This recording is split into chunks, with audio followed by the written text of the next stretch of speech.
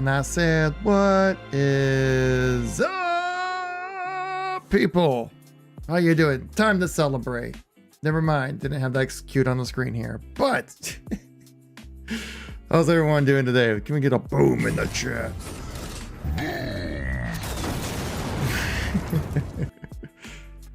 Welcome everybody to the stream. So I thought I'd try out something a little different today. I had some flubs. I was trying to also do streaming on the vertical side of things, and YouTube didn't want to work. So that's cool. So we'll come to that another time. We'll cross that bridge another time.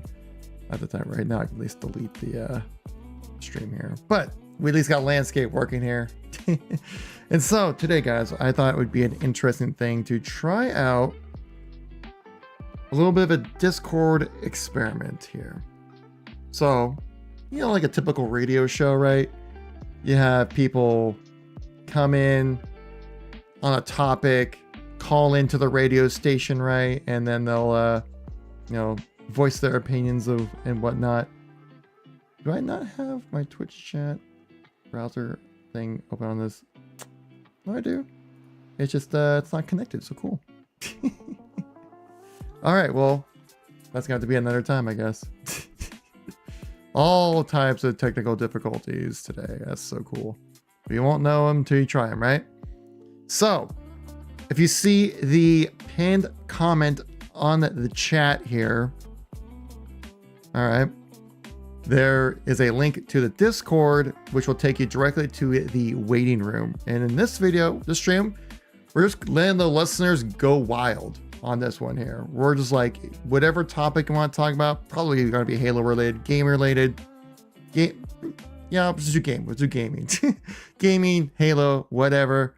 Hop on in and let's chat about things. But if you get boring or if things go on too long, you know what you're gonna get? You're gonna get the boom. All right. So bring the energy. All right. So I thought that would be a fun thing to try out today. So yeah, if you see the pinned comment, it will link it to the Discord where you can jump in and we can do a live voice chat. You guys can get on stream and have some fun with that. Of course, we'll also just take text questions as well if you're more comfortable with that. You know, no pressure, obviously.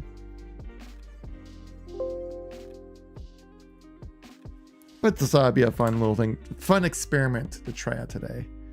And I have no reason understanding why the chat overlay for this screen right here just doesn't want to work.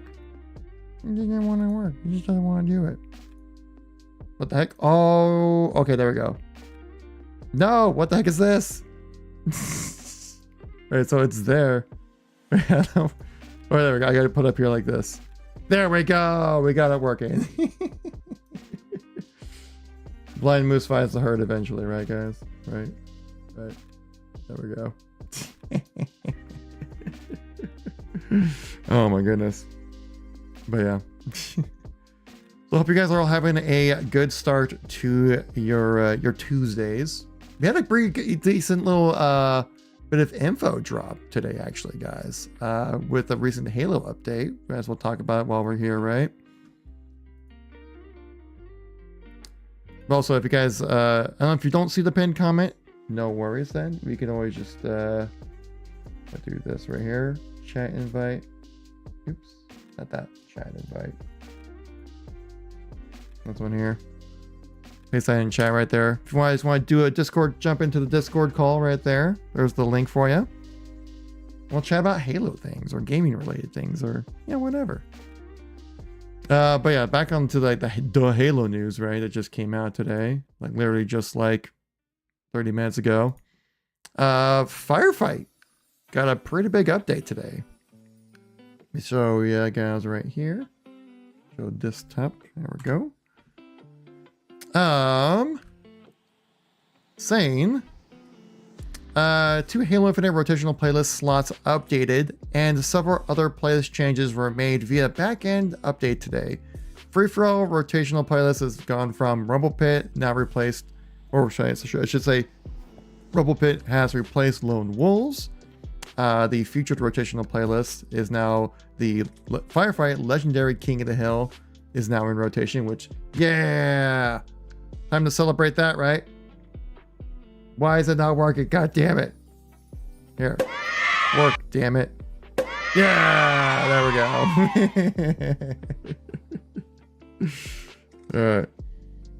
And alongside that, they said, Legendary Firefight Legendary King of the Hill rotates in. 5 maps added to all 3 variants of Firefight King of the Hill. Breaker, Cliffhanger, Fragmentation, Scar, and High Power Firefight have all been added in, which is like, yes. I know that's just like copy and pasting content from other places and putting them into this, but more maps the better, man. Always appreciate that. And then also, Illusion has been rotated into Quick Play, Team Slayer, Tactical Slayer, Fiesta, Team Doubles, and Infection. And there's actually any kind of little extra little bitty bits of information here as well with the update. That's pretty much all of it. Oh, they mentioned here that Total Control on the other hand has been re-added to Big Team Battle, because there was a bug with that going on where like it just like have the hills were just like up in the middle, up the top of the screen for like, or a game for like whatever reason, no reason why. But those are your Halo updates for today. Do I like horror movies? Specific ones, yes, I would say. My favorite one, probably still The Shining. I like The Shining a lot. I say a hidden gem that no one appreciates nearly as much as they should is Ouija Origin of Evil. Very good horror film. No one appreciates that. No, that movie does not get the respect it deserves. That is a good horror film. Very reminiscent of like the Poltergeist. But other than that, I'm not a huge horror guy. I find a lot of horror films are just kind of more just like, oh my god, blood, gore, scary, right? Like, no, it's not scary to be like someone getting hacked into pieces. That's just gore. It's just like shocking. I don't really care for it. But like a more psychological side of things, obviously, definitely much more into it. Now, Cheese was mentioning this earlier. Do you like Terrifier? Is that how you pronounce it? I don't know what that is. Is that a game? Is that a movie? I'm not terrified by it right now. Do you ever get a couple messages with a gassed up Sergeant Johnson for $30 and an empty 2007 Game Fuel can? Wait, do you ever get a couple? Oh, massage message. Do you ever get a couple? Do you ever get a couple messages with a gassed or greased up Sergeant? I realize that as gas. Oh my god, dude, that dyslexia is kicking in right there. Greased up Sergeant Johnson for $30 and an empty 2007 Halo 3 Game Fuel can. No, I've never been offered that. No, I've never been offered a greased up Johnson and a what? How many years old is that now? 18-year-old? No, it's not that old. Wait, how long does that ago? 200 minus 4. 17-year-old used can? No, never experienced that. No. Oh, I should put a time marker in here as well. Nope, not this. Create document. There we go. Time marker pressing now. All right, cool. That didn't work. That's great. But yeah, if you guys ever want to jump in and do like a voice chat, link in the pinned comment of the stream as well. You join into the Discord right there. Chat about Halo, chat about anything about gaming. I thought it'd be kind of fun, like almost like a classic radio show, if you will, but live stream on the internet because it's this decade or century, really now. Yeah, I'm glad to see free for all coming in there, King. But I just like playing HCS free for all when it comes to free for all, man. Any other kind of free for all mode, I'm just like, you know. I like ranked free for all. That's which I feel like free for all in Halo is like, it's a, I don't know, maybe for, it's just, okay, that's just me. That's me just ranting, saying I just want ranked free for all as a permanent mode. But I understand it being like not populated enough to warrant it. Love your new podcast thingy you're doing now. Oh, thanks, man. I appreciate it. Yeah. I plan to do those bi-weekly. Hopefully get new guests every week. I have a tentative guest scheduled for a podcast, which will likely go live on the 11th of March. I'm expecting to, I think I'm going to do a solo raid on the podcast this weekend and have that up on the 26th. Might be like a little 30-minute, 45-minute long thing. We'll see how it goes. It'd be good for me to kind of learn a skill set of podcasting going solo queue on the podcast. Oh, we have someone waiting in the chat here, guys. But yeah, we'll definitely looking forward to keep up with that. It's a great way also to just have short form content constantly flowing on the channel. I've been clipping out like the last one I'm doing with Hitting Xperia. I have a short going out every day for like the next 2 weeks, and I still need to clip out more. And I've been clipping out segments, which today's didn't really do so hot, but I plan to do some more as well. But yeah, it's mainly for like short form content to link them to that. I see we have Hades waiting in the voice chat here. Let's drag him in and see what he has to say.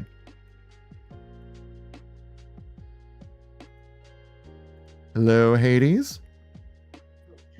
Oh my sweet God! I don't. This is my first time doing one of these. Honestly, it's my first time doing this as well.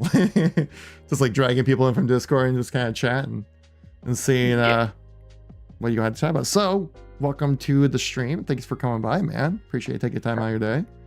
Yeah. Hi, everybody. Oh my God, I don't know what to do. I'm assuming you had like a question in mind, or some topic you wanted to touch on. Yes and no. Well, yes, but I'm very curious for its like personal opinions of the Halo games right now after 343. Do you believe that it's possible for Halo to evolve like with Halo 4 and 5 and Infinite, but still keep some sort of semblance with the old games? Like it can still have sprint or like abilities, but it actually works with the game, not against the game. I definitely think that's possible. Honestly, I think that 343 accomplished that with Halo Infinite.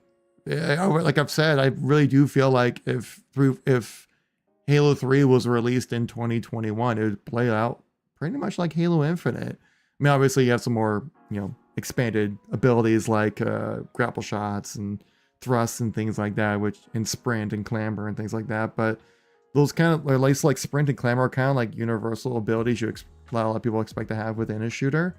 And I think the way they did it in Halo Infinite really works really well, to where that it doesn't feel like the advanced movements compared to a classic Halo really like drastically like affect the gameplay a whole lot. Like, yeah, it does affect map design and things like that.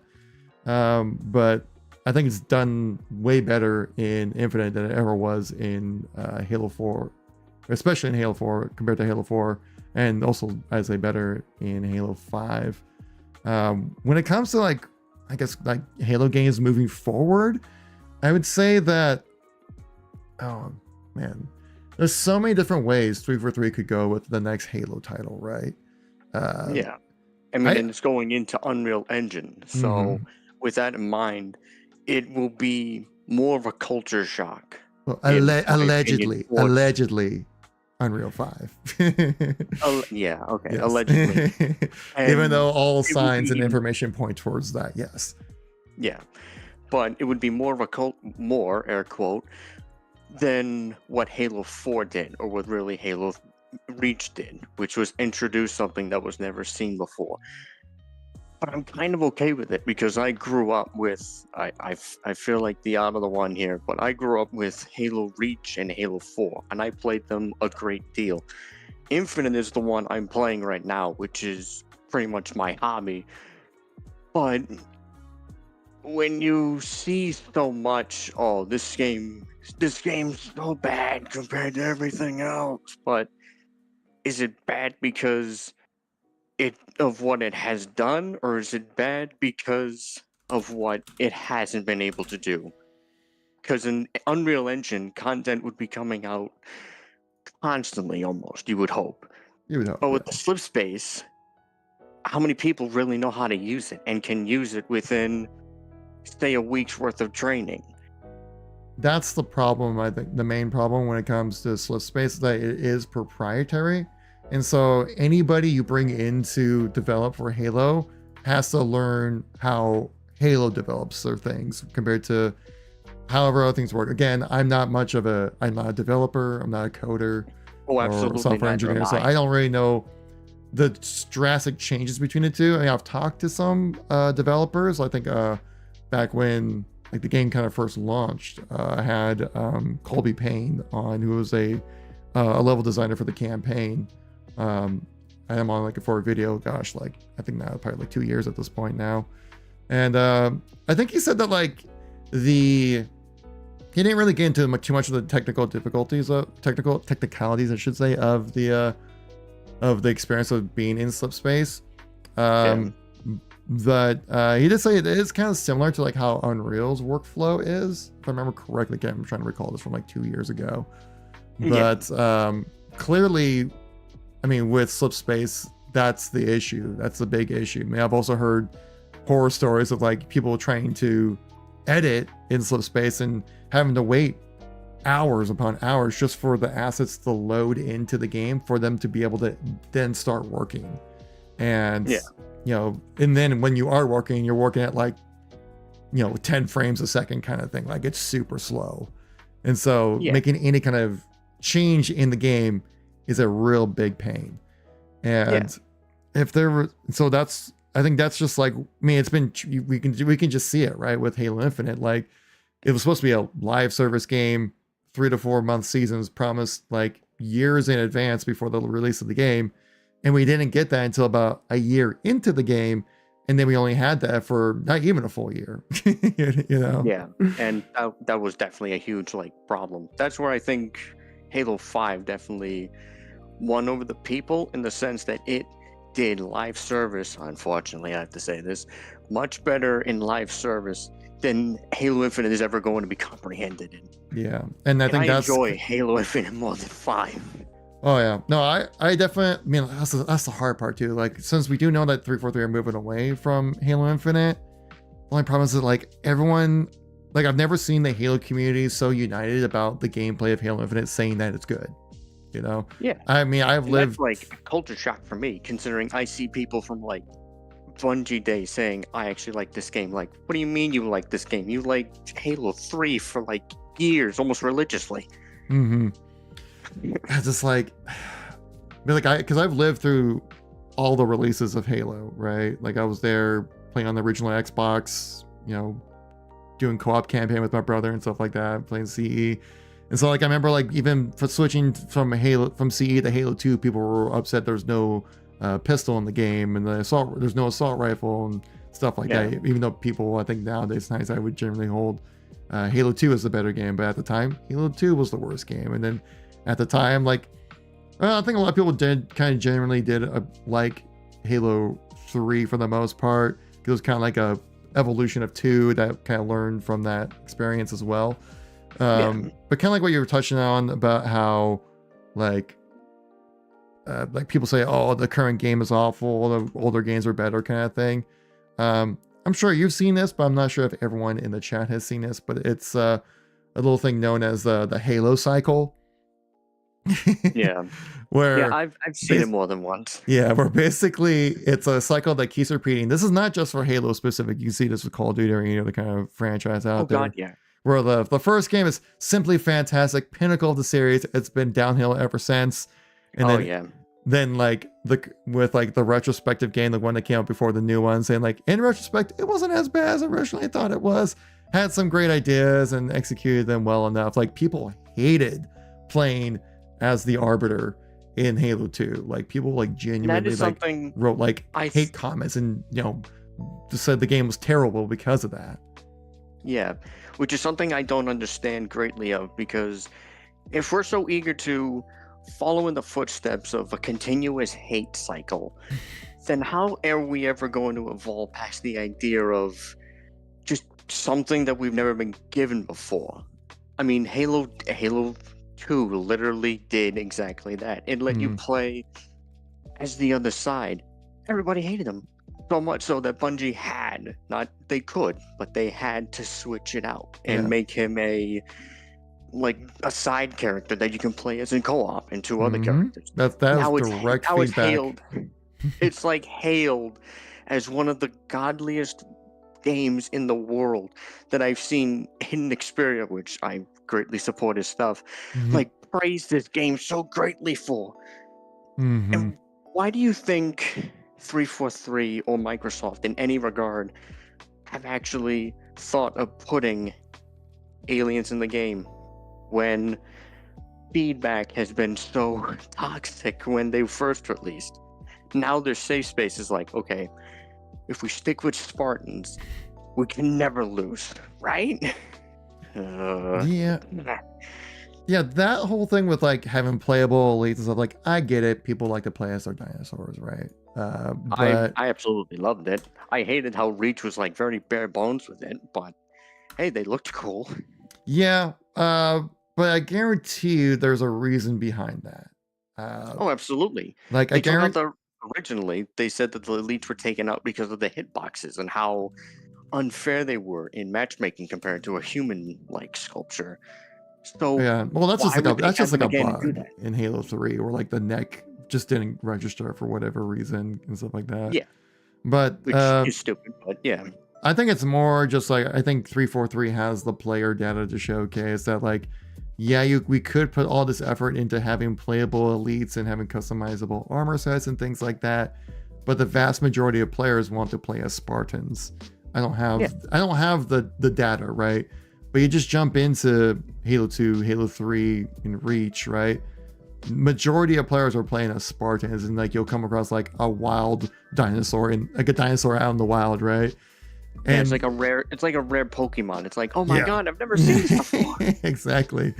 And so it makes you think like, is it worth putting the same amount of resources into Spartan customization that takes just this amount of time and bring that over to playable elite customization where it's not going to be utilized nearly as much, and should we focus that effort and development time into something else? I say Yes. develop into something else and just have playable Spartans. And then, like, yeah, playable elites would be great to have. I'm not saying that you shouldn't have them. Personally, Oh, I hate playing against elites unless it's an invasion. that is like the one game mode I didn't play multiplayer when I was growing up. Oh, But man. that is, I know, I know, I'm an uncultured man. But when I played the little bit of invasion in MCC, or a good bit of it, I should say, it is the one game mode that I was like very into. It was so different. It felt so real. It felt like I was in the battle for Reach. But Hmm. then it's gone. That's the one experience you have, and now it's like an alienated thing. Yeah, because like I think it would be just freaking awesome if we can find a way to keep like invasion in some kind of way, but really expand upon it and have it be like humans versus Covenant. Because like that's the one mode I like playing against elites in, because it plays into the differences of an elite. It gives them like a purpose rather than just playing as an elite. Like you're taller, you have different types of movements and different type of weaponry and Yeah, things like that. And maybe if you expanded upon that to be like, oh, you can also spawn in as a jackal sniper, or you can spawn in as a grunt kind of thing. Almost like how they did with like Star Wars Battlefront, right? Where like if you exactly. earn points within the game to then use like your hero characters, or if you spend all your hero characters, you spawn in as a grunt kind of thing. And I think that would just be just like an insanely awesome mode to be able to play within Halo, and something new but also familiar at the same time, which it's been the most difficult thing for 343 to try to capture since they've Oh god, yeah. taken over the whole thing. Man. Yeah, because I've always been the person who, well, not like always, but due to a streamer who if I need to name, I will, but who has said many times before, just picture the idea where 343 has the nerve, essentially at this point, to push a Halo game like Battlefront or Battlefield, like Battlefront 2 or Battlefield 4. And you can spawn or have different sides, the UNSC versus the Covenant, the UNSC versus the Banished, the Insurrectionists, each side fighting one another. And you can make it work because on the different sides in canon, and it's something else I do believe in, it would work for the multiplayer if, say, the UNSC just randomly has elite or grunt friends. Oh, that's wonderful. How can you work with that? The UNSC and the Swords of Sanghelios are working together to fight back the Banished or Covenant Remnant who take over a certain part of the area. It's the things in multiplayer that should be expanded upon, and which is something I agree with some people on. Multiplayer canon should be a thing. But not with Spartans. It should be about the world. Spartans are the big thing of it, that's your character. But there should be like random elites walking around like a peace area, or like might sound a bit gruesome, but an interrogation room, just you manage to walk by nonchalantly as a brute's being like beaten or something. It's these kind of things that nobody expands upon, and all we get is Spartans. Why couldn't we have gotten friendly elites in the academy in Halo Infinite? Why couldn't we see like Halo 5 succeeded so well in giving you friendlies. It gave you the faction that everybody now likes. But you never see it again. That's the shock and awe of it. If you have in-game the ability to play as different species or see friendly species, that just makes your experience like so wonderful.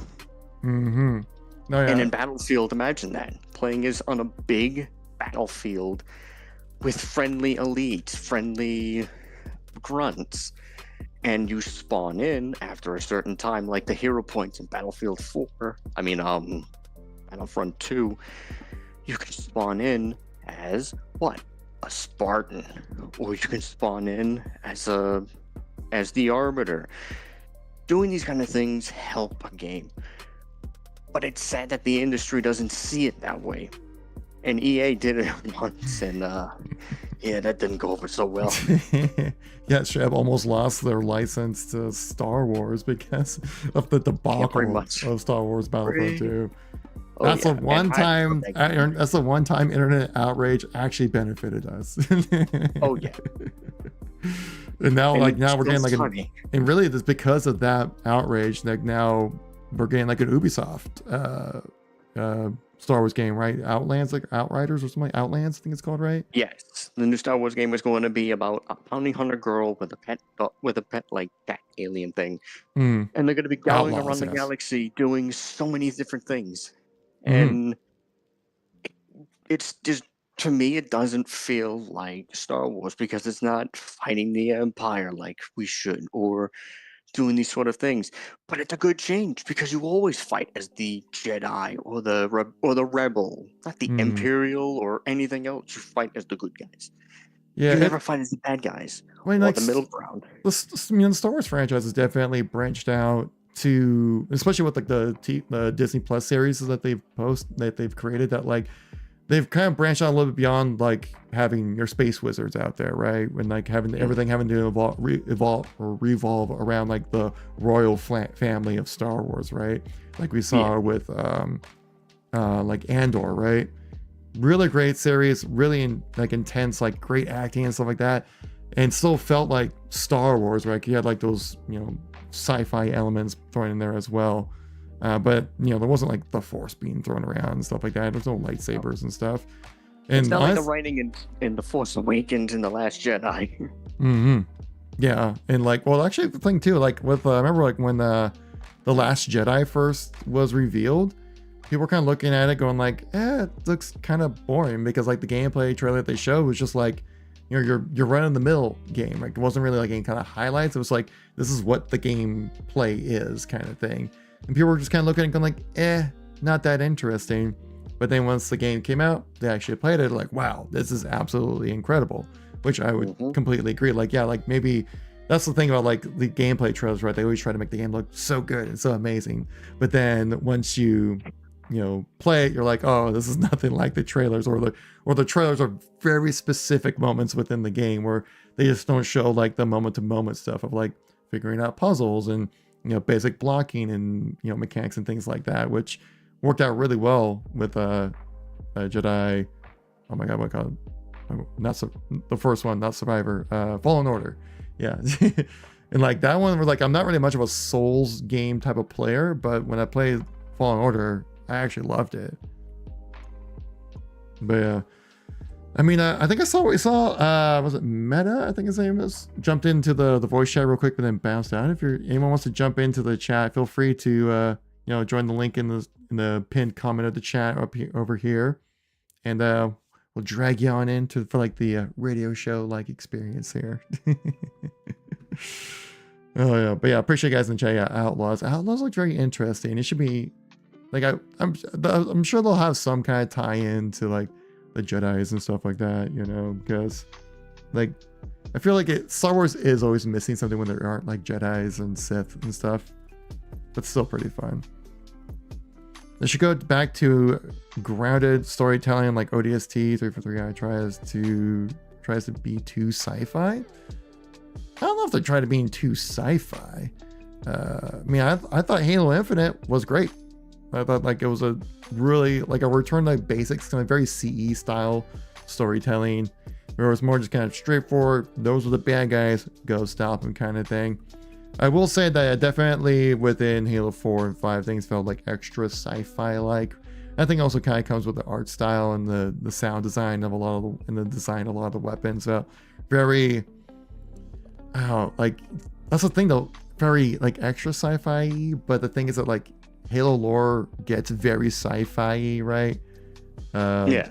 And so it's a tough balance to make. But that's always the thing with Halo though. It's always felt grounded in some form or another, even though you're going to like these insane places like a world-size arc built outside the galaxy kind of thing to teleport from space and stuff like it's.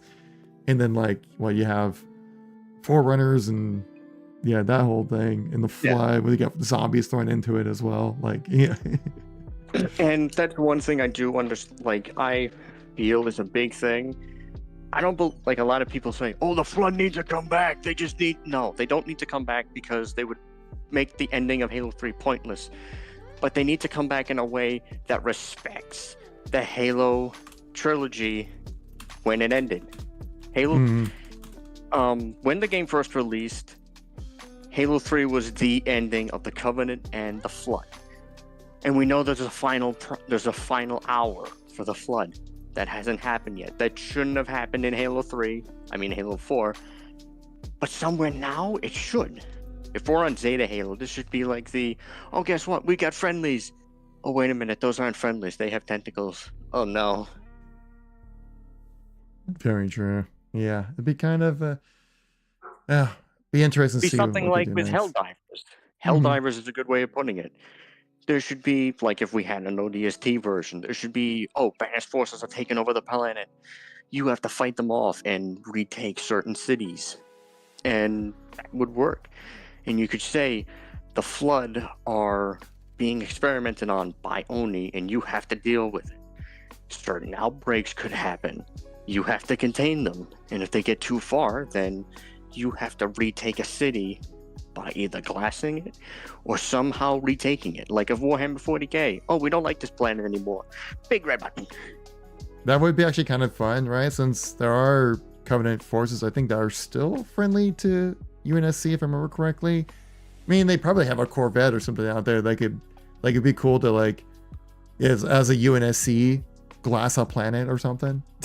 Oh yeah. I mean, it would be cool to be UNSC and see a to see something almost like the modding community of like Reforge and other player bases, where the modding community has created, I forget what one of them's name is, but somebody created a Covenant Corvette or a Harrier with a with like a little target designator calling in an airstrike with a carrier.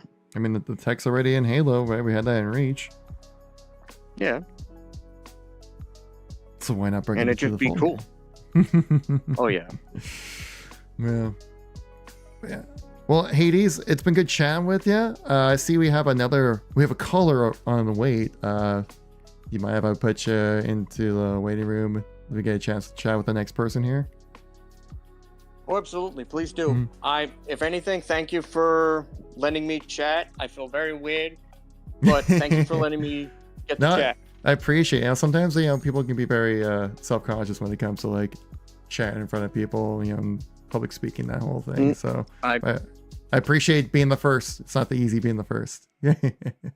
No, it is not. But I do also want to like throw out there as a other question to throw. Is it? I don't know what the best way to put it is, but there's certain like fracture cores in Halo Infinite and Halo Infinite, and Halo 3. You're cutting out there a lot. All I heard was fracture cores and Halo Infinite, Halo Infinite, Chimera Halo Infinite. Because yeah, I don't know if you can still hear me correctly, but you can hear you now. Yeah. Is it wrong to hate or to like the different fracture cores in the different games, and they just work for Halo, but not in the same way as people would expect? No. And that's pretty much my question to leave off on. I can't stay for it, but I'll definitely watch the stream later. I appreciate it. But yeah. Have a good day, everybody. Thank you too, Hades. I appreciate you. No problem. All right. Have a good day. Wait, is there? Bye. See ya. Is there a way for me is there not a way for? Alright. I don't want to ban rolls. Okay, whatever. So yeah, kind of touch on what he's talking about though, saying, is it bad to like the fracture cores? Like, no. That's totally subjective. I think 343 will get the data to know like what people like and stuff. Like, I personally love like some of the samurai armor is really cool, like that Kabuto helmet for the what do you call it, the Tenrai core, Yoroi core. I have that currently right now on my Mark IV because it looks awesome with like, it at least looks cool, so yeah, no, it's nothing bad about that at all. I mean, people can also dislike it too, but it's all kind of personal preference, really. I mean, personally, I just care more about like the Mark V, Mark 7, and Mark 4 armor sets. I don't really care much for the fractures a whole lot. The fractures do have some good stuff, but for the most part, I'm not really playing around with it. I mean, the same thing with like the Rakshasa. Cool idea. I think it could use a little bit more interesting kind of customization. Like we have like the elite shoulders and then like the skull, elite skull as well. That's a really cool bit of like customization. So something like that's really awesome. And but like the hazmat, I don't really care much for either. And pretty much all the fracture cores I don't really use. I just like playing as a Spartan. I'm sorry. Am I weird? Maybe I am. I don't know. We have Met Prism on the line. Met Prism, how you doing today? Yo, what's up? I'm alright. How are you? Doing well. Thanks for coming by, man. Yeah, it's good to see. Yeah, it's kind of nervous being in here for the first time, but it's totally understandable. It kind of like it's like, yeah, I said, like it's public speaking and everyone hates it, but somehow some people do it well, and stuff. And it's something I've personally had to overcome a lot. And actually, doing YouTube has actually helped me out a lot when it comes to my like public speaking presence while talking and clarity while speaking. Because usually before I would just kind of like be really quiet and just kind of mumble and just being like this, like whatever. Yeah. And even in my earlier videos were like that, and I cringe so hard because I'm just like, dude, just speak like you mean it, Yeah, for sure. Not saying you have to. I'm saying that like that's the stuff I've like as a presenter. That's something that I've learned. Yeah. What are your thoughts on the new Halo TV show? Did you already make some videos about that, by the way? Yeah, I made a video on like episode 1 and 2, and I was working on a third one because I just watched the third one over the weekend. And I was like writing up a video on it, and I was just like, Yeah, I'll just pass on it. I don't care for it personally because I feel like they didn't embody Master Chief correctly, and they changed so much about other characters as well. Yeah, I mean, you kind of have to take the Halo show at face value. You can't really go into it expecting Halo, I guess, in the Halo show. Like they didn't need to go off of the games, but they could have used a lot of the source material from the books, because other than Halo Reach, we really never got a whole lot of content from the books themselves in the games or in any form, really. Yeah, it's. I mean, so I just watched the 3rd episode, and I saw, and then just from the first 3 episodes, really are just set up and and posing. Is that word? Posturing questions. I don't know what to say. But like the first 3 episodes are really just like, here are some questions that we're putting out there to be resolved later in the season. Here are some plot points and stuff like that. Episode 3 definitely felt like there was a little bit more momentum towards like the story moving forward and stuff like that. But 1 and 2 was all set up and introducing characters and things like that. But kind of like what I talked about in the podcast with Hidden Xperia, that like Aggerson's like probably the best highlight within the whole show so far. Like I think I don't know if you remember, but do you know Halo Legends, the animated like cartoon style of Halo from years ago? Never watched it, but yeah, I know about it. I would like more content like that, except instead of it being like that, have it based off of the books, for example. Like an animated series. You know how they did Halo Reach with Halo 5 when that came out? How they did Halo Reach when Halo 5 came out? You like as in... Yeah, there was an animated series of the book Halo Reach, right? Oh yeah, Fall of Reach. Yeah, there was like a animated. Yeah, I think it covered like the first, kind of like the first act of the book. If I remember correctly. Because that's one the Halo books I actually read through. Yeah, I would like a whole like animated series of the other books besides Halo Reach. I think that would have been more interesting than the way they did this Halo TV show.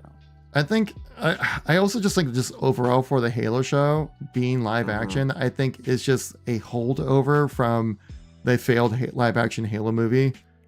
And I think people have just been wanting like, and the reason why we wanted to do like live action back then, right, is because like, yeah, there was CGI, but it was rather limited with 2007 technology, right? Like it's the stuff like that. The fact that like movies like Jurassic Park still hold up to this day is absolutely insane. Or like any movie back in the 2000s either, because like you can still tell like that's clearly CGI, and you just kind of force yourself to disbelief. Or like nowadays, like CGI can be almost as good as just live action, really. Yeah, it can. And I just feel like there was like limitations of scale that happens with a live action version, like what you can pull off with like action scenes and dialogue and characters you could bring in and things like that with having to be live action. I feel like that's why we have like McKee right in the show as a created character for the show, because if you're going to have like a Covenant the main villain right of the show to be on the Covenant side of things, you're going to get a lot of face time with that. And would it be cheaper to hire an actor, like a human actor, just to be like the villain, or would it be more cost and time effective to have like a CGI or even like a puppet even? And I'm sure they weighed those things out, and they're like, now just hire an actor. It's easier for us to kind of write up a story that we know how to write for our show, kind of thing. And I think that's kind of why we got like a character like McKee, even though like it doesn't really make a whole lot of sense that like why a human would want to destroy humanity. Yeah, it feels like it's just kind of like you're like the emo teenager who just like everyone's the worst thing ever. I'm like, well, not everybody, dude. It's just because you're scolded a little bit as a kid doesn't mean you should hate all humans, kind of thing, But I think it's kind of like, and I think if they actually went like full CGI with like the Halo show, I think that would be a better representation of what Halo can offer.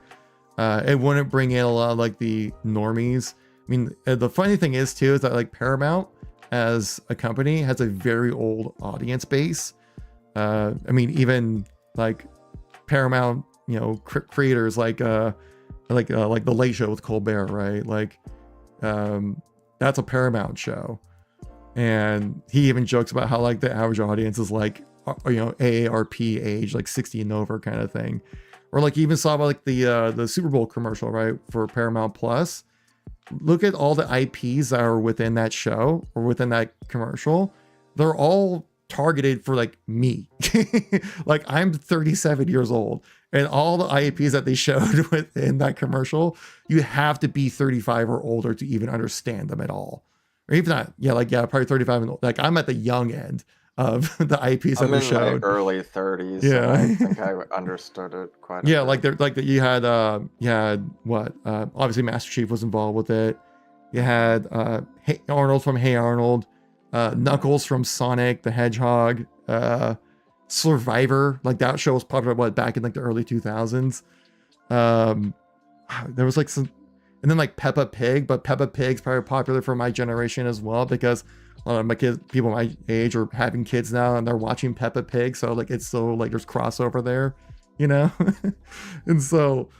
then like Patrick Stewart, right, with Star Trek Next Generation was super popular back in like the late 80s, early 90s, mid or throughout the 90s really, and so like I never felt so targeted in a single ad, to be honest, and so I was saying, like, so bringing it back to the Halo show, that a live action version of a Halo show would probably translate better to a Paramount audience than a CGI show, which could also be a reason why I went with live action as well.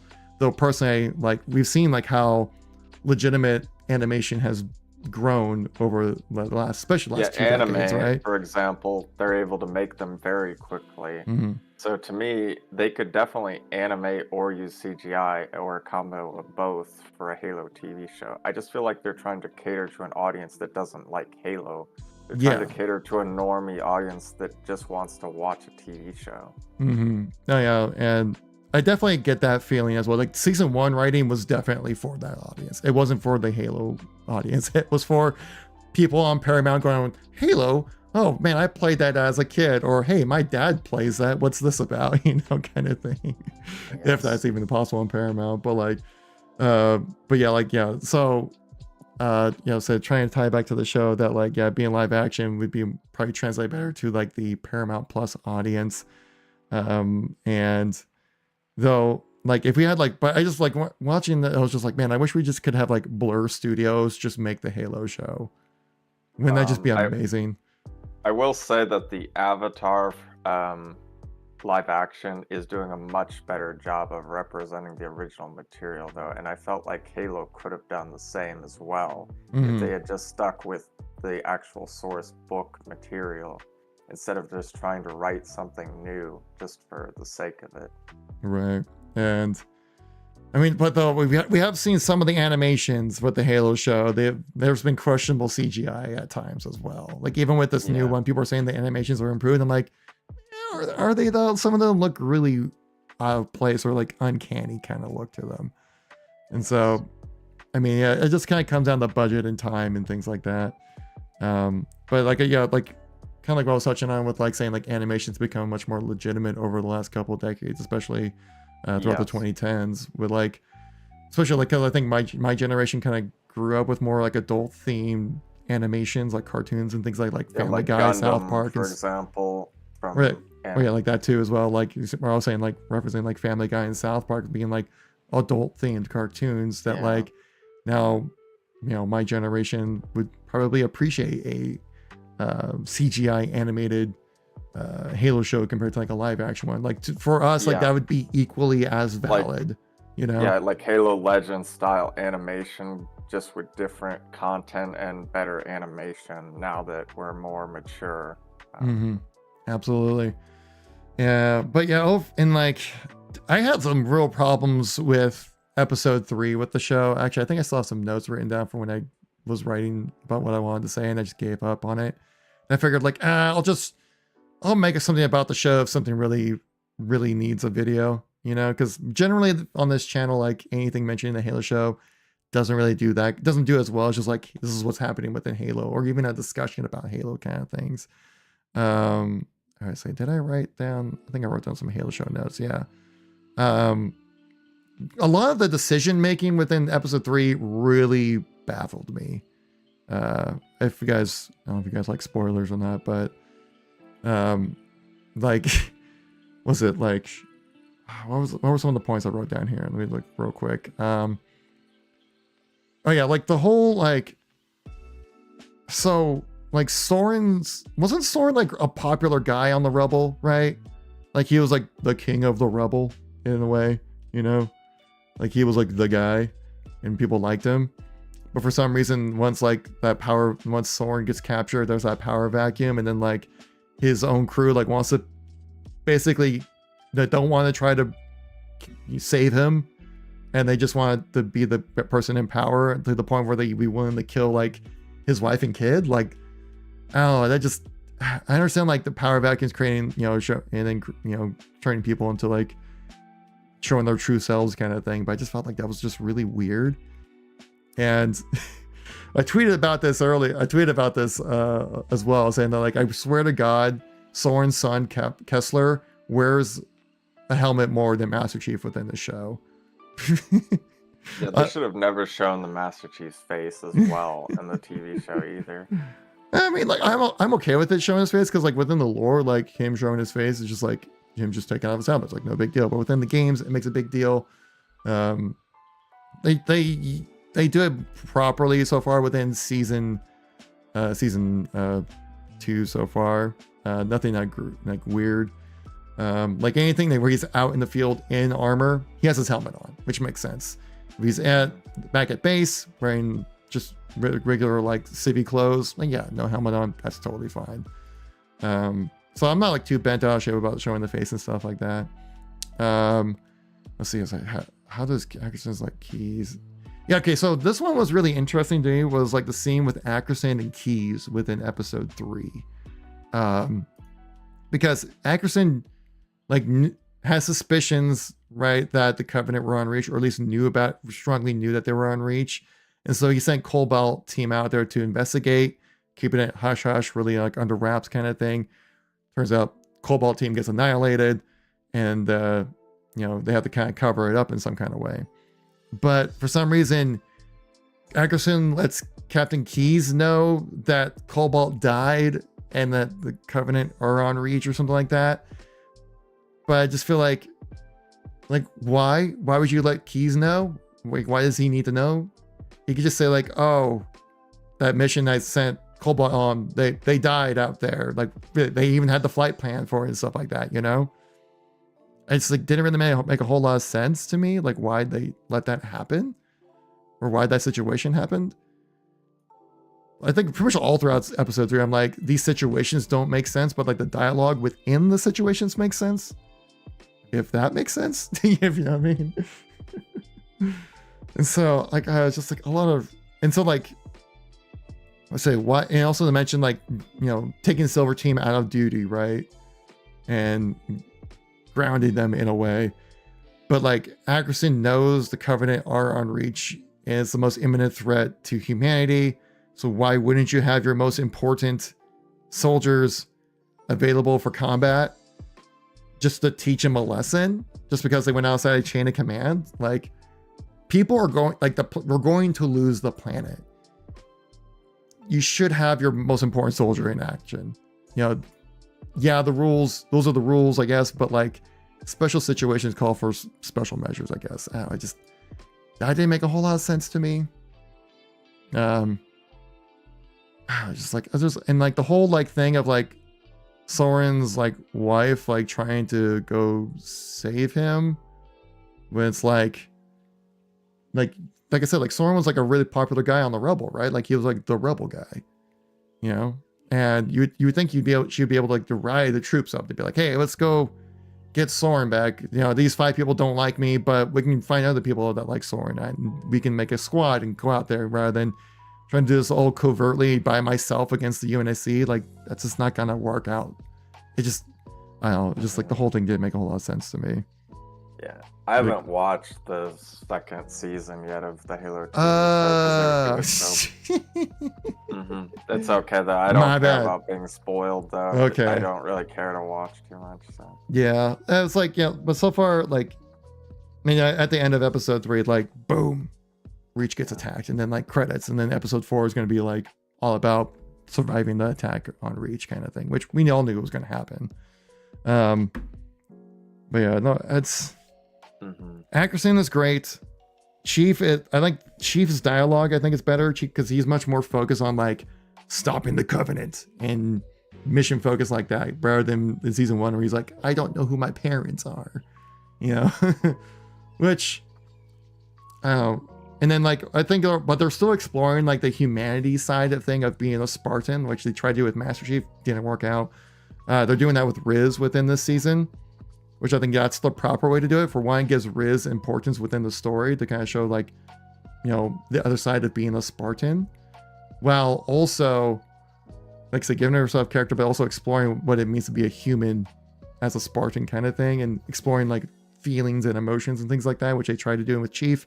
Again, didn't really work out very well, but it works out really well with like Riz. So then it gives her character importance and also explores that story arc. And I actually kind of liking what's happening with her arc so far. Everything that's happening with the Rebel and Soren, literally anything with the Rebel and Quan. And I like Soren. Everyone else I just don't care about. Like I remember when I was writing up the notes for episode 3 while the episode was happening, so that it was fresh in my mind for like plot points I want to talk about. And like I just started typing with like the Rebel scenes, and I was like, oh wait, I completely missed the last 5 minutes. And I was like, I don't need to rewind. Yeah. It's like, I just really hoping they did find a way to bring Soren's story into the mainline story, which is good. That's what they need to do. But we'll see what happens with that. I don't know.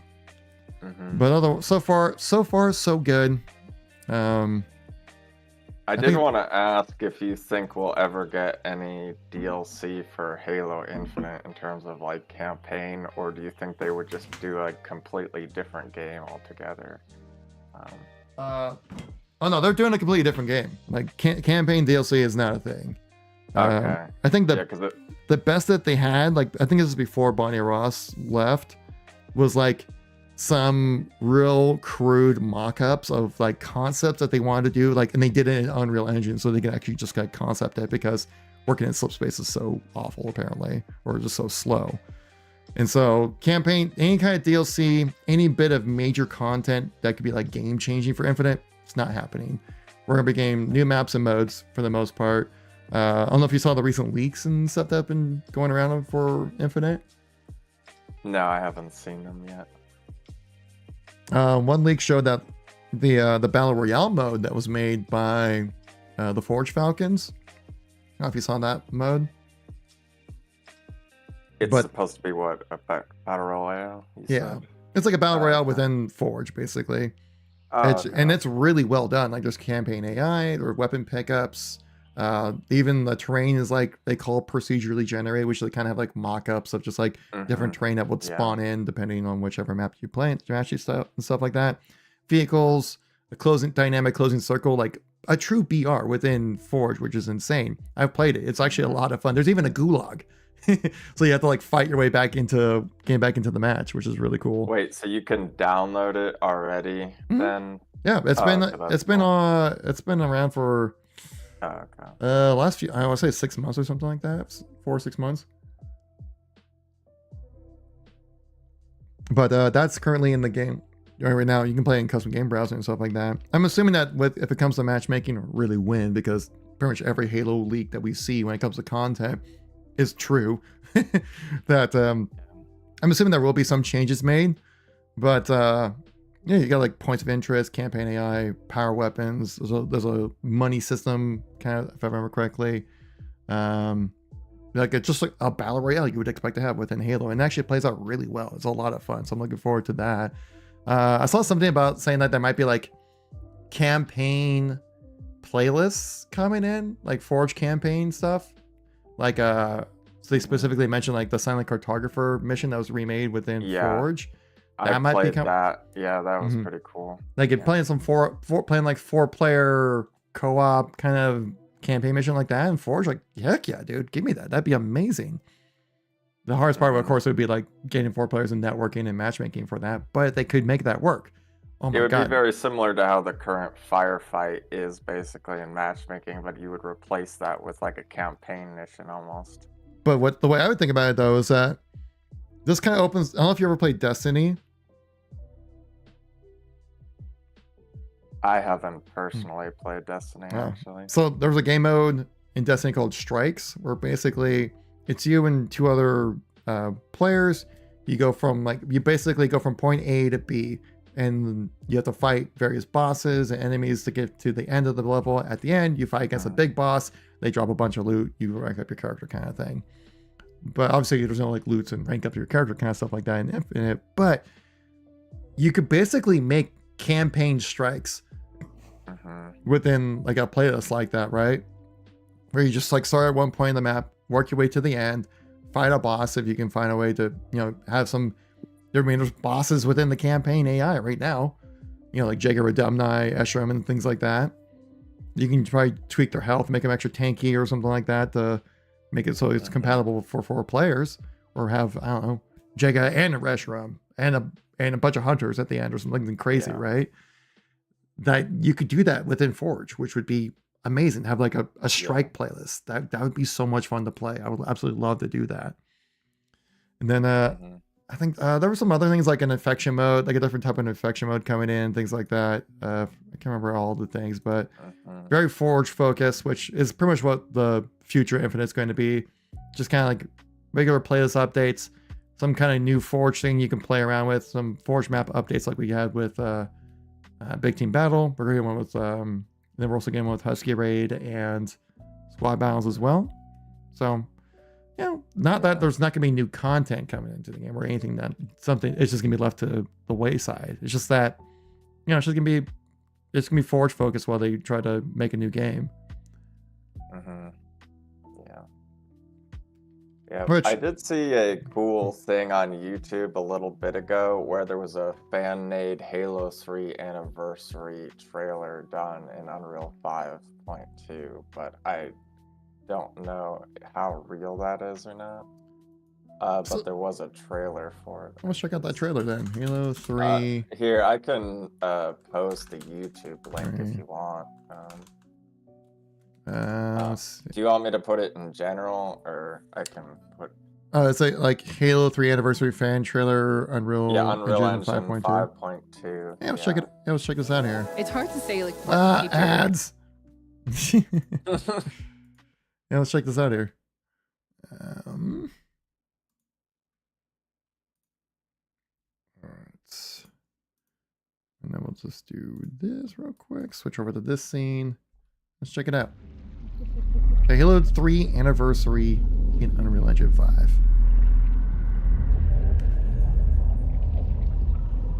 Do not be afraid.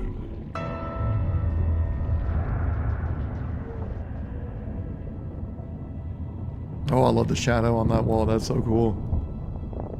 Also, that flood spore in the beginning just totally reminiscent of the ending of Halo 2.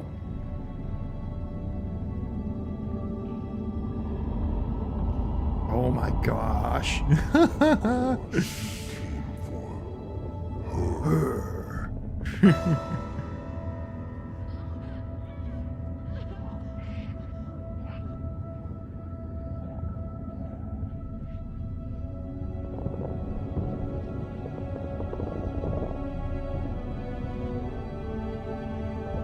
It's like they're really like, check out how awesome I did on these textures.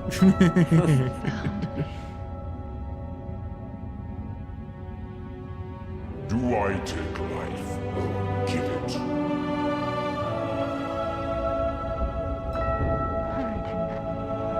It looks so good.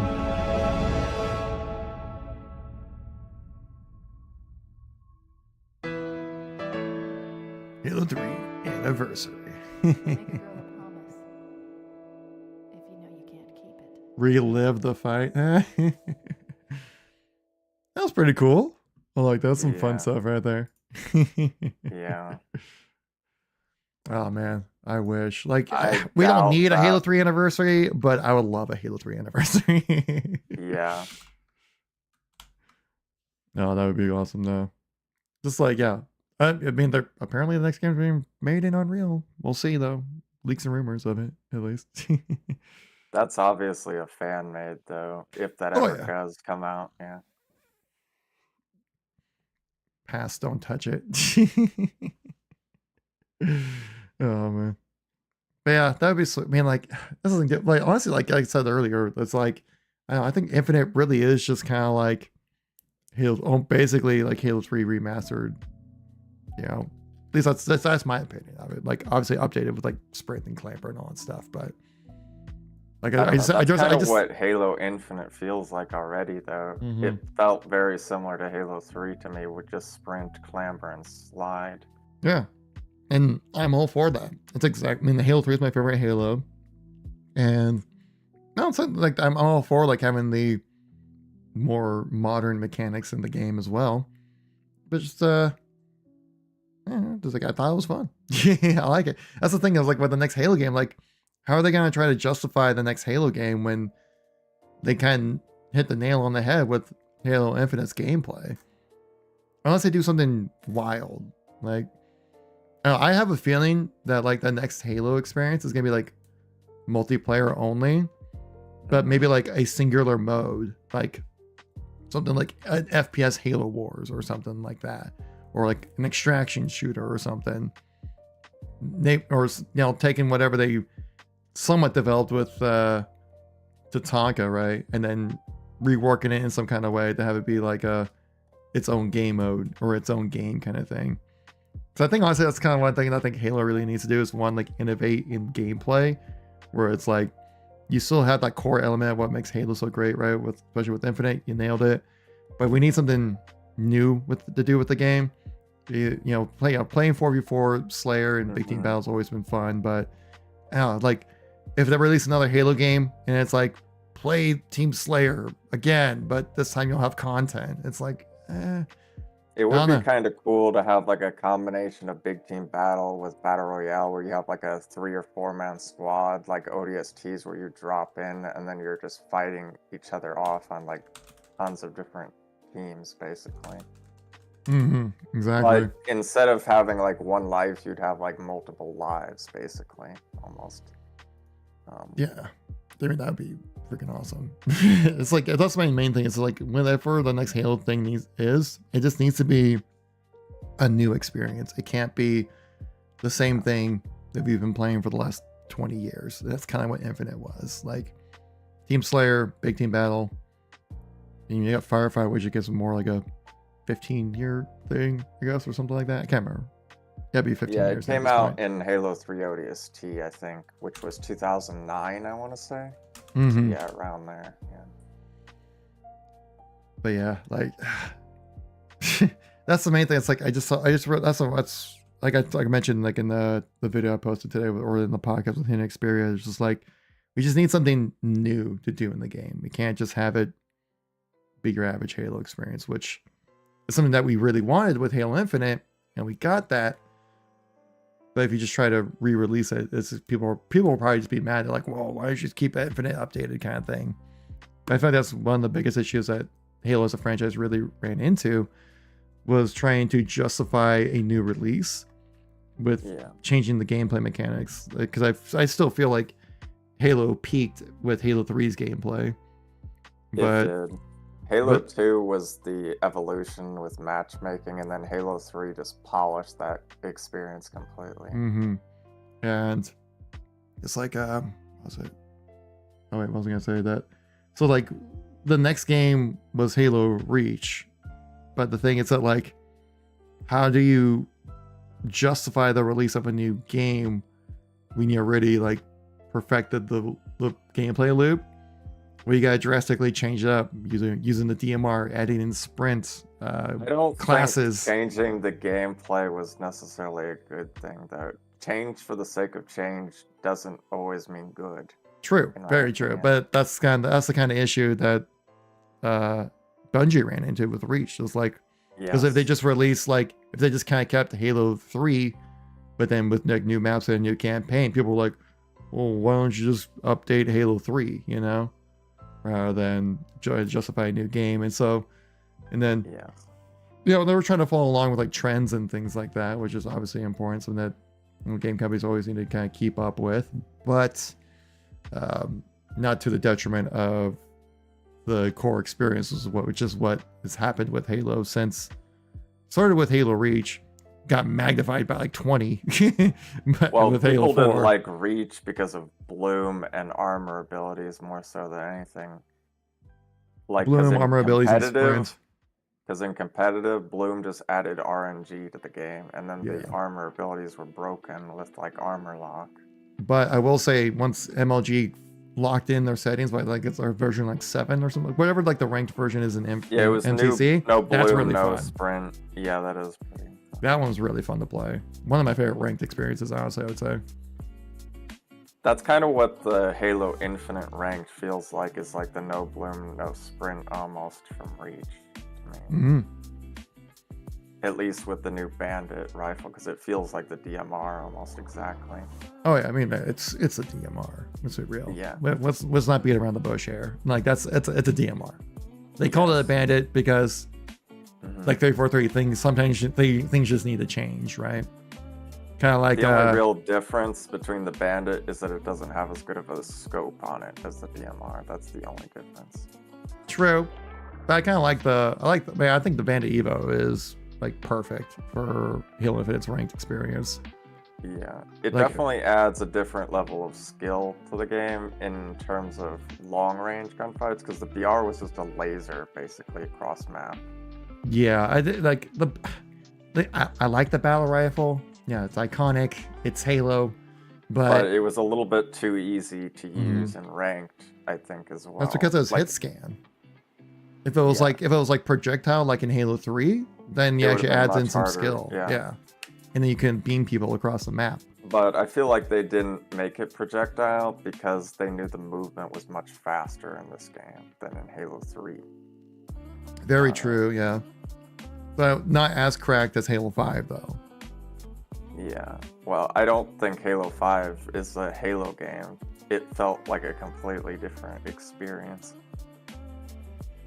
It's a good game, but it's not what people think of Halo.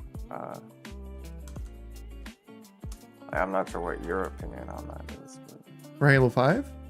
yeah, for Halo 5. Does it feel like a Halo game to you? Yeah. No, it still feels like a Halo game. I mean, you still have like the basic mechanics of like, you know, shoot the body, then one shot to the head, put in one shot. Yeah. Like it's still like the core mechanics of like gunplay are still there with Halo 5. I actually really enjoyed the multiplayer of it. I definitely would say it was my favorite Halo multiplayer since Halo 3. I actually liked it more than Reach. I think I like Halo Infinite the best since Halo 3. Oh, yeah, me too. Yeah, absolutely. Like Infinite, really, like 343. Like I keep saying, like 343 nailed it with the gameplay of Yeah. Halo Infinite. Just that there's just no The content. maps were lackluster at launch. I think if it launched with the current state, it would have held its player base a lot better. It Oh, just yeah. didn't launch with enough maps and playlists. Yeah, that's one thing. I'm just like, how does 343 justify releasing? Because like, well, I should say, let me rephrase it, saying like, since 343 built up Infinite so much to be like this 10-year plan game, right? Like the next Halo Yeah. live service, like this is going to be the ultimate Halo game that you're going to want to play. And then like 2 years later, like, change of plans, we're making a new game kind of thing. And then how does 343 make a new Halo game without completely changing the gameplay of what Infinite had to offer? You know, because I don't think there's a perfect answer to Yeah, that. There 'cause, is like- no, there, yeah, because like if you just release, if you kind of maintain like the gameplay loop of Halo Infinite, right? But then you're like, oh, but this is an extraction shooter or some battle royale or I Halo Wars personally would FPS, you know, kind of prefer thing. People be for- like, well, just put it in Infinite, you know? What if they went back to classic Halo gameplay? Would people not like that either? Like Halo 3 movement with just new guns and maps? It's hard to say. Just because, well, 343 have always been focused on, I think the biggest initiative that 343 has been given by Microsoft with the Halo franchise is trying to reach a larger audience, to try to grab people's attention the best way they can. And they find a lot of times like market research that like, you know, you look at all the other games out there, they all have like these extra like sprint abilities and sliding, clambering, things like that. And elements of that don't make the game right. Those are just parts of those are just like parts of a lot of other popular games. So like just adding that to Halo doesn't make Halo more popular, but what it would do is kind of create some similarity within the gameplay. Homogenization is a word I want to call it, or whatever, of the gameplay. It's where like if someone comes from Call of Duty or from Apex or any other popular shooter, they still have the similar mechanics. Like I can sprint, I can slide, I can. I think there's a different way of getting rid of sprint. Just make the base movement speed faster and remove sprint. If like Quake 2 had very fast movement, even though there was no sprint mechanic in the game. It's tough to say. I mean, we've gone so far. I mean, like at this point, sprint has been in Halo longer than it hasn't been in Halo. So that's one thing to think about as well. That like, I just like feel even like Bungie put sprint in the game. You know, they started it. In Halo Reach, yes, they did. But it wasn't a base mechanic either, though. The thing Bungie did, it was the most effective one that almost everyone used. And if you used anything else, you were just kind of just trolling. If you were, well, the only other thing that was useful was the evade. Like in multi-team in Halo Reach, you have the Elite Slayer and you'd have evade as an option. I remember the bubble shield being an ability for social at launch, and then I remember playing like Oddball on social, and this guy just like plopped his little bubble shield down and just sat there with the ball, and we couldn't really do anything about it because you had to like get inside like this tiny little bubble shield to get him, but he had the one hit melee skull. It was totally broken and like not fun to play against at all. And then the shield would just recharge on its own like pretty quickly, that he just was pretty much invincible to get killed. And so I don't know why I brought that up. I forgot what the topic of that was. Oh man. But yeah, I would definitely like to see some like multi-team playlists come back from like the older Halos, because like remember Rocket Race from Halo Reach? That'd be like amazing. having like a variety of multi-team game types: Slayer, Oddball, King of the Hill, Rocket Race, VIP, even if they brought back that from Halo 3. Yeah, that would be amazing. But obviously there are limitations on just like what 343 can really do, you know, with Halo Infinite right now. I just hope that like I said, that like I just hope that like whatever the next Halo experience is that it's something that we've never experienced before, but maintains like the effective gameplay of Halo Infinite. Obviously, I think 343 is going to need to change the gameplay of Halo Infinite somewhat, just so then they can justify a new game without pissing off the entire community. Yeah,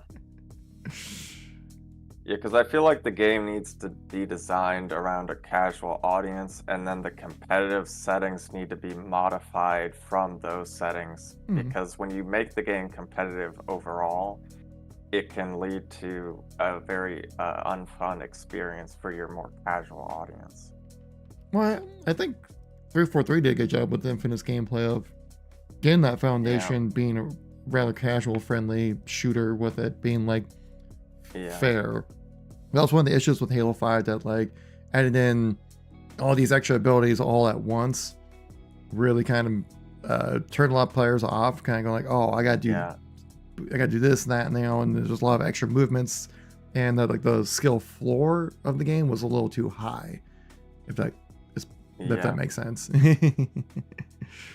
I mean, Halo 3 probably did the best job of it, where like the sniper and the BR were somewhat hard to use, but you could still play it very easily at a casual level. But I just want to say also in the chat, if anyone wants to jump in on the call, feel free to join the link in the pinned comment here, and we'll just drag. It'll put you into a waiting room. We can just drag you right in. I've seen a few people kind of hop in and out, and I was just seeing like what's going on with that. So yeah, if anyone wants to hop in and chat about some more Halo stuff or just gaming in general, more than welcome to. We had met Prism over here. Appreciate you coming in, man. Are you still on the same computer, by the way, the 1080 Ti, or?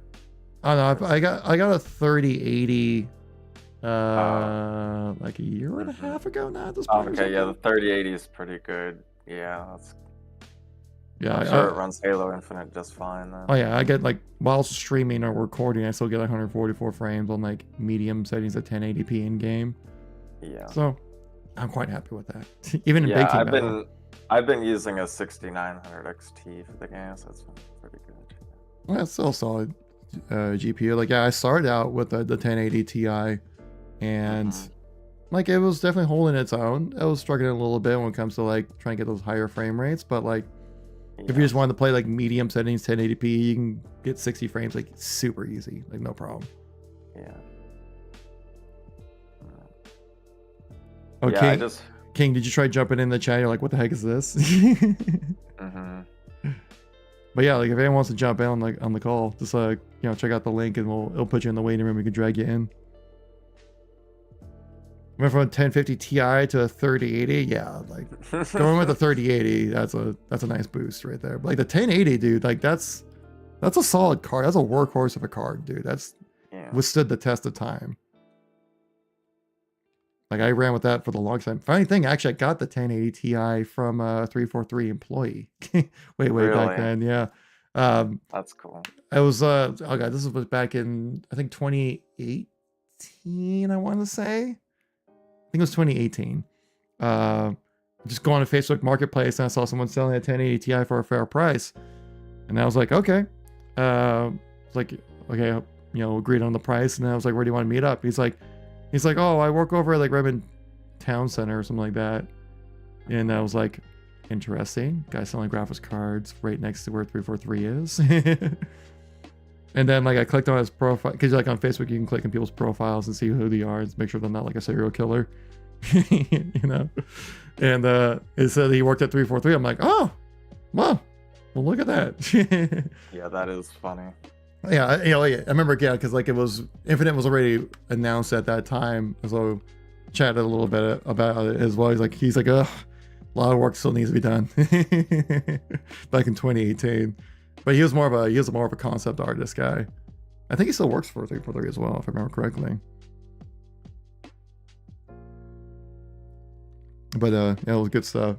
It was kind of funny. I was like, all right, well, game graphics cards from Halo homies. That's cool.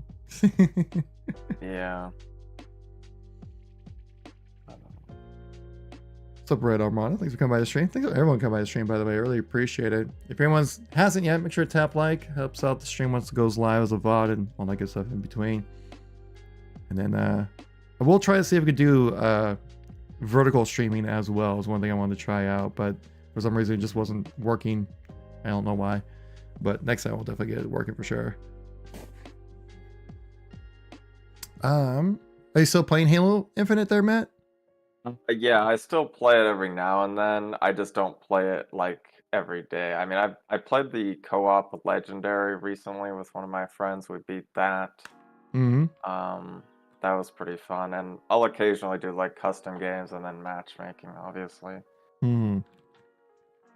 Although I just wish I had more people to play with on my friends list, because most of the people I know still play Halo the Master Chief Collection for Halo 3 still. If I remember correctly, I think I saw or heard that, according to Steam charts at least, the Master Chief Collection and Halo Infinite are very similar in population at the moment. Yeah, they're almost exactly the same. Yeah. Yeah, I'm going to pull this up real quick here and see. I'll fact check that. I was watching a BBK Dragoon video. He mentioned it. I'm like, Infinite score's been a little higher. But MCC has been getting some more popularity just recently just because of, Well, there's a lot of streamers that keep that game alive. Like Tylenol, for example. And, I know Nated as well. Yeah. He's on that grind there.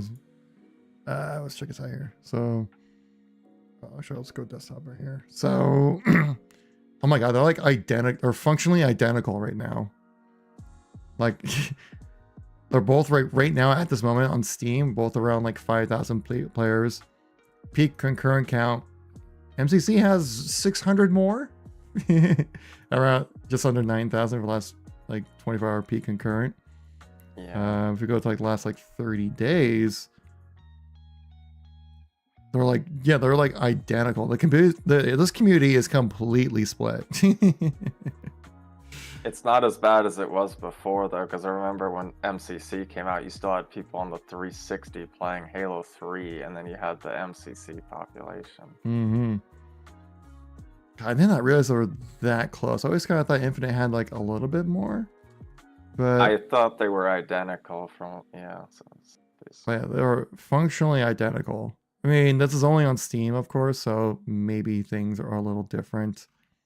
Obviously, when it comes to that side of things, like obviously, Halo being a very Xbox focused game, right? There's definitely more people playing on Xbox for sure.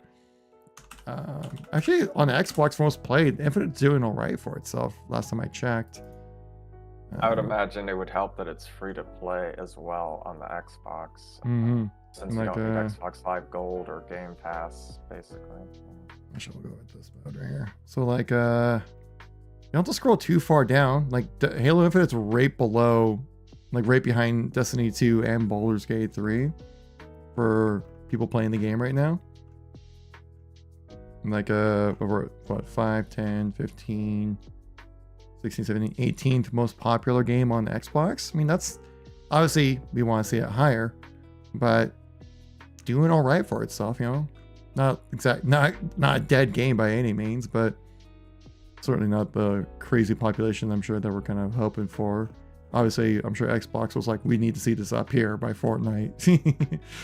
But I mean, I don't even think that I honestly never expected Halo Infinite to compete with like Apex Legends, Fortnite, even like Rainbow Six Siege and Call of Duty and stuff. Like I just always kind of figured out like there was going to be a decent population of people playing, and like enough to where like no matter what game mode you want to queue up for at whatever time you'll be able to find games, which for the most part is true, unless you're playing like more niche things like maybe free for all, tactical slayer on the off hours. That'd be a little tough to find matches, but for the most part, like whatever matchmaking mode you want to play, you can find a match relatively fine. I still think if Bungie had never left Microsoft, that there would be a larger population for Halo at this point in time, honestly. But I don't know, maybe that's a tough thing to really guess right there. I mean, for the situation Bungie is in right now with Destiny, Bungie people would is definitely not be terrible. agreeing it. Yeah, people would not be agreeing with that. Well, the Bungie that was working on Halo is like basically non-existent. The Bungie that is now, basically. True, like, yeah. A lot of the original developers have gone off to do their own like things. Joseph Statham, like Marty O'Donnell, like Jason Jones. Those core developers are what made Bungie. Mm-hmm. And then you even had like, and of course you have like Max Hoberman went off and made Certain Infinity, but still involved with Halo in some capacity there in other games. Like they're currently making their own game as well. There was another developer, Marcus Leto, now is working on Battlefield over with EA, with the new like Ridgeline studio up in Washington for EA, which I think they're focusing on like a single player experience on that, which I know Marcus Leto kind of nailed the art style with it. Halo, why wouldn't he nail it with Battlefield? Maybe, totally different art styles, but hey man, you never know. I mean, I thought that it was a Disintegration, right? That game studio that Marcus Leto founded, and they had that, and I thought the art style on that was cool. The gameplay actually it was really fun. I played it at PAX back before like full release, and I thought it was fun. I think just that, I never really got into it because it was just like another multiplayer game that like I knew I wasn't gonna put enough time in to get good at. So I never really put time into playing it. But from what I did play, it was fun. I enjoyed it. It's a shame that studio got shut down after the game release because it just kind of, limped in. It didn't really, I won't say limped in, but it just really wasn't something that really grabbed people's attention, really, for the most part. But it was a fun game. And then there was another Bungie developer I recently saw posted a video about some other game that they're working on called Project Loki. It's not Marvel related. It's Theorycraft Games. It looks like he founded this, and that was he was a former Bungie developer. Now it's like it's kind of an interesting game here. Do you think Hey, 343 would ever try Joe to here. make like another You might Halo remember 3 me from the time I ODST spent- type of game where you play as a ODST again? Debatable if you get to play as another ODST. I'm not quite sure if they. It just kind of depends on the game. You know, I think right now they need to focus on making a Spartan focused experience. Yeah. Like if the next game they're releasing, it's like ODSTs, people would be kind of like, oh, but we didn't really Well, get the I full don't think experience of it would. Spartans. I don't think it would be a mainline game. It would be like a DLC, like expansion almost, but it's just a separate game basically. The first thing they need to do is make a good baseline game Yeah. to then build off Yeah. of. And that's been the biggest issue with 343 is they've been trying to reinvent the wheel every single time they make a Halo Yeah. game. They Rather needed than- to just stick with the core fundamental gameplay and then just add campaign, story, and multiplayer maps from that. Exactly, and that's what they did with Infinite, man. But the workflow was so terrible that they just had to drop it, which is such a shame. Like campaign DLC would have been amazing. A Mhm. battle royale would have been amazing. Yeah. Well, I But- feel like the problem with Infinite was that they had too many contracted in developers that they didn't have like solid people working there long term on the code of the game.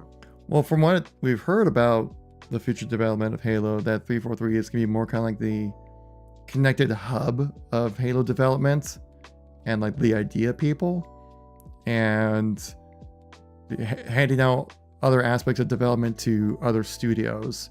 Kind of like what Call of Duty is doing right now with their development, where like you have the main three revs, Sledgehammer, Treyarch, and Infinity Ward.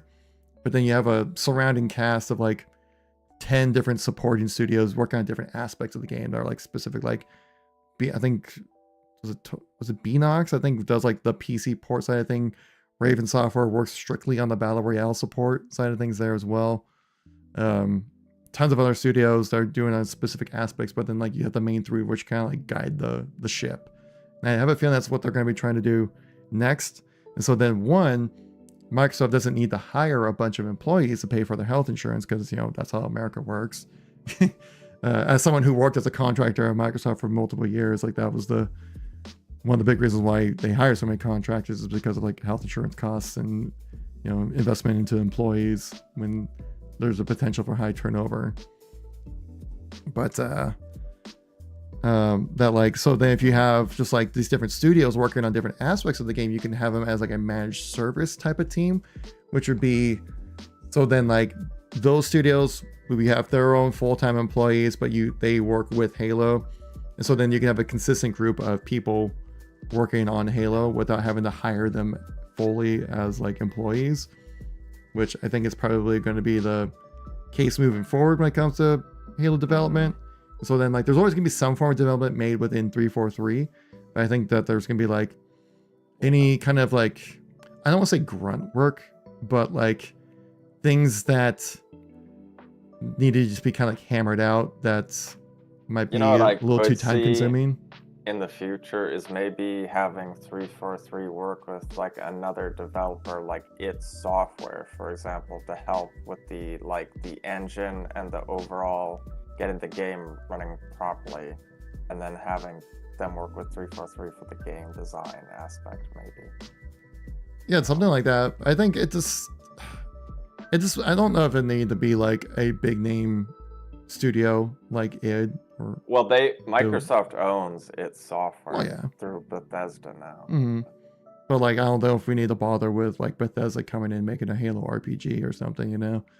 They could probably lend some form of guidance of how to do things, Like maybe. for designing like a game around an engine, because they're pretty good at optimizing games Mhm. for hardware. Oh yeah, I mean there's other studios within Microsoft did help out with 343. Like I know, like the coalition employees who work on Gears of War, helped work with Halo Infinite to get it, across the finish line. Keep Todd away from. I'm not talking about Todd. Its software has. Keep Todd away from Halo. Oh, tell me lies, tell me sweet little lies.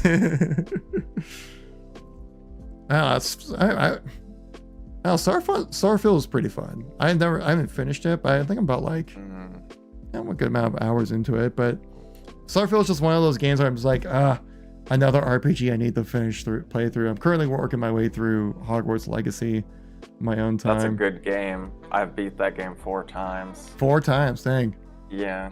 So is it really just because you just wanted to relive those moments, or is there like different aspects that play out differently? I wanted to play each different house to see how it affected the game. Although the main storyline is the same, it's just that some of the side quests, like in one house, was a little bit different. Yeah, but yeah, very solid game though. What's your main house?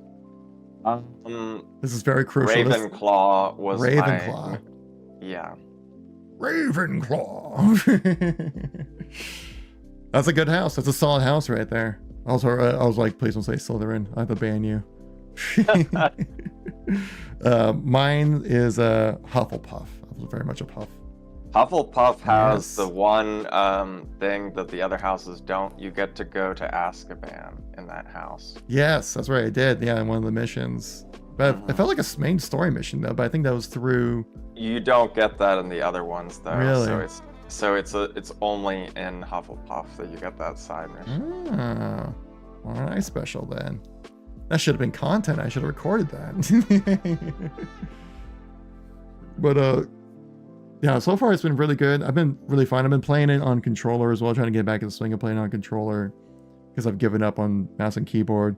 That all games nowadays are just insane amount of aim assist that I just need to give in. Certain games I'll play on M and K. Like I'll still play Minecraft on M and K. Oh yeah. Wait, on M and K. But then yeah, because it kind of has like that Grand Theft Auto kind of aim mechanic where it's just like you just kind of lock on to whoever you're attacking next. So you don't need there's not like skill shots in a way. It's more just like how you combine your skill sets together and who you attack and how you manage to fight. Yeah, it's all about your decision making and it's not about your aim. Yeah. Which I like the combat on it. It's fun. My go-to combo right now is what's it? I think it's just is it Levioso when it kind of lifts him up and then brings him to you? I think so. Yeah, I use Levioso and which pulls him up and brings him right to me, and then I use I should know this because they literally say the name of the skill every time you use it, which kind of gets a little repetitive. But not Confrigo, but it's the other fire one that does like a blast radius on the ground. So basically, I know what you're talking about. Yeah, so basically I pick him up, bring him to me, fire blast radius, kind of does a ton of damage. And then I begin to do a little bit of Expelliarmus? How you pronounce that? It's like a curse skill that kind of makes it so then your skills will do more damage if you curse them first and stuff like that. Yeah. I've been having a lot of fun with it. Abracadabra is a pretty good one that you unlock later at the game as well. That's towards the end though, so you don't get that very early on. Is there a new game plus with it? Not really. You just start a new game basically. But after you finish the main storyline, you still have to finish the owls, and then after that you just finish up side quests from there. Gotcha. But yeah. So far I've been really enjoying it. Plus I've been playing it just hanging out on the couch with my wife. She likes watching because she's a big Harry Potter fan. And then I use the Steam Link. I'll just kind of sit on the couch and just kind of click away. It's a good Steam Link game for sure because it's not there are time skill moments in it, but not super precise trying to play a shooter kind of thing. So even though there is input delay, it's negligible. Yeah. Yeah. Well, Mr. Met Prism, I do see we have another caller on the line. All right, that's fine. Well, it was good talking with you. Thanks for having me on. Appreciate you coming by, man. Thanks for taking that leap and jumping in. Yep, no problem. But yeah, thanks for coming by, man, and I appreciate hanging out, enjoying the content, and definitely I might try to do some more of these in the future as well. It'd be kind of a fun thing to do every once in a while. Yeah. But yeah, hey man. All right. Yep. Peace. Hey, peace.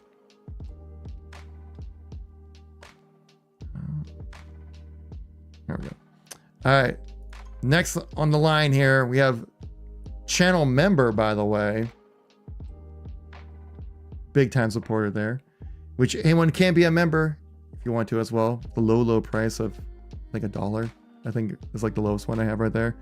Which is like there's different tiers and stuff like that. If you want to help support the channel, obviously greatly appreciate it. Don't have to, but it's always there if you would like to. We have Super Steve coming in, longtime viewer. Drag him into the call here. Mr. Steve, how you doing? Hey, I'm doing good, man. How are you?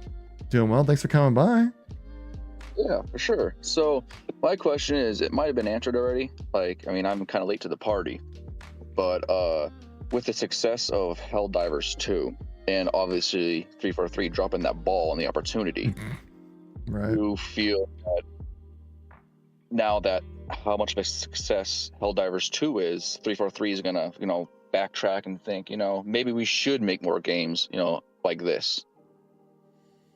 Well, But tough to say really, because like kind of like what I touched on a little bit earlier as well, that like 343 has just struggled enough just to get the mainline games out. To like then do spin-offs would imply that like your current mainline games are in a good state where you can like experiment a little bit more. And we're just not at that stage right now with the Halo franchise. I mean, we tried to be with Infinite, obviously didn't quite happen like that. But it is really, I think it's just, it really just kind of comes down to the decision making of Microsoft and what they feel is a viable product for people to buy into.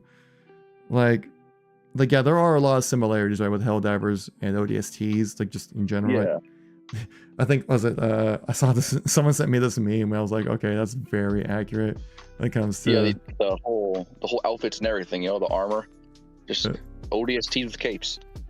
Yeah, it is. Yeah, that's pretty much what it is right here. Like, let me see if I can kind of. I'll put it on the stream here so people can see what I'm talking about. But like, I go here, where it's like, come join us. We drop from space and shoot bugs. No, but we already do that. But we get pretty much, you get a cape. Oh, yeah, there you go. Well, I thought of, actually, the first thing I thought of, and it wasn't even Halo at first. It was Starship Troopers. If you ever seen that movie. Oh yeah. Yeah, definitely. Like, it reminded me of Starship Troopers, like all the bugs running at you and just just blasting them away. Yeah, but like I think that Halo 7 obviously is in development, and do we know how long it's been worked on yet?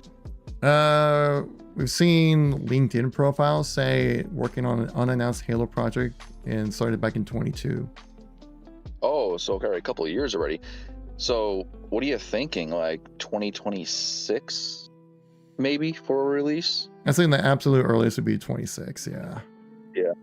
So then that doesn't put it off too far from where we're at now. So maybe I would think maybe like Halo Wars 3 would be nice, in between. I don't know. Halo Wars 2 wasn't that big, I don't think it was, but I think there's been a resurgence in, players now. Well, I mean, has there been? I mean, I always felt like Halo Wars has been pretty small community. I thought there was more of I thought there was like a resurgence recently. Maybe I'm wrong. That's just something I've heard. I mean, possibly. I think maybe just because like with the recent news kind of story going around with Infinite being that like they're moving on, that people kind of just will lose interest knowing that the game isn't going to be getting any kind of crazy updates or isn't really going to be like a live thing that's going to be like you feel like you're going to be missing out if you're not playing kind of thing. Because right now everyone's just kind of going like, yeah, things are winding down when it comes to the development of the game. Sure. Yeah. And so, I mean, another Halo Wars game, like for those people who really like the RTS Halo Wars games, I think that'd be awesome. Though I just wouldn't put a game like Halo Wars as a priority. when it comes No, to yeah, you're probably right. you. Like, I think you need to nail a multiplayer, nail a campaign first before you try to go off and do Halo Wars. And that's kind of like Sure, why, sure. like when Halo Wars 1 came out, like I said, the franchise was in a good state. I think it was right around the Halo Reach. You know, like the baseline game was pretty much good. They were just kept like reiterating, building out from the previous ones. And then like Halo Wars 2 came out like in 2017, if I remember correctly. And like, even though like Halo 5 was, you know, definitely different, but it at least like was a stable game that at least was much more of a live service than Infinite ever was. You know? And their sandbox is 10 times better, just saying. Oh wow, shots fired. I don't know who's listening, but probably not more. But yeah, like I honestly think that Halo Infinite is seriously lacking in the sandbox department. It's a fun game. I love Halo Infinite. I play it almost daily. You know, I gotta get those weekly rewards. But yeah, I wish there was more in the sandbox, to be honest. Yeah, and that's another thing that like, from what I've heard, that like adding weapons into Infinite is a big hurdle to get over. Is it really? Yeah. See, I wouldn't know that because I'm just a player, you know. So I guess. Well, it's just because like just adding in a single weapon, I've heard, can take up to a year of development time. See, that makes more. I mean, coming from someone who's in development or anything, I wouldn't know that. So. Or maybe a year at most, probably more like 6 months or something like that for a single weapon to be added in, just because you have to, one, model it, then two, make the animations for it, and then all the audio for it needs to be created. And then once that gets in a good state, then you have to also play around with it a bunch and balance it properly to fit within the sandbox, which that could take months of testing to get it just right. Because if you release a weapon that's way too good or not good enough, it's obviously not going to be good for the gameplay experience. And so Of course. it could take quite some time for a weapon to be put in. And also just with the workflow of Slow Space Engine that we've heard that is not good. It's very slow and tough to work with. That would cause, slowdowns of development. But so hopefully with this next title being Unreal 5, so they say, you know, allegedly, maybe things would be a lot smoother, you know. Hopefully that would be the idea. But then again, it's like 343 going back to square one, working in a new engine, recreating Halo again, kind of thing. It's and I mean they are hiring a bunch of new people, you know. That's not news, but like maybe some of those people will have good experience with, you know, Unreal 5 already, and they can bring that to the table. Well, Unreal 5 is definitely an industry standard engine at this point now, and it will definitely help out with the ramp up time of getting employees up to speed. Like typically with any job out there, it takes an employee about 3 months to really get to full speed of a veteran employee. But from what I heard from Infinite, like from other developers, that like I think they even said this on Twitter. I think I saw that like, it would take them like 6 months just to get them up to speed with Slip Space, and then they would have like maybe a good like 8 months worth of work out of them, and then the contract would come up, and then they'd have to cycle in a new person, cycle begins all over again, kind of thing. Okay, but that's just and that's just how that's not just a 343 thing. That's just how Microsoft does business. They hire a lot of contractors that are tied to 18-month contracts, a year and a half, and then they have to take a 6-month break, and then they can come back to Microsoft. There are, being in the Seattle area, I know there's plenty of people I've known who are just kind of in that endless loop of Microsoft contract positions where they, go through the whole process, do the work, have to take 6 months out, come back, and then work again for a year and a half. Like it's tiring. I dealt with it as well. Seem healthy at all. Yeah, I dealt with it as well as a contractor at Microsoft. Yeah, and like it's and plus also as a contractor, you get kind of treated as a second class citizen there. Like I mean, you just don't get a lot of the same privileges as you would as like a full-time employee. And some full-time employees, most are great. Some full-time employees though will look at you as like, Oh, just here today, the gone contractors. Yeah, It's yeah. them. Contractors. They're just gonna be here today, gone no, it's tomorrow, them. kind of thing. Exactly. Oh no.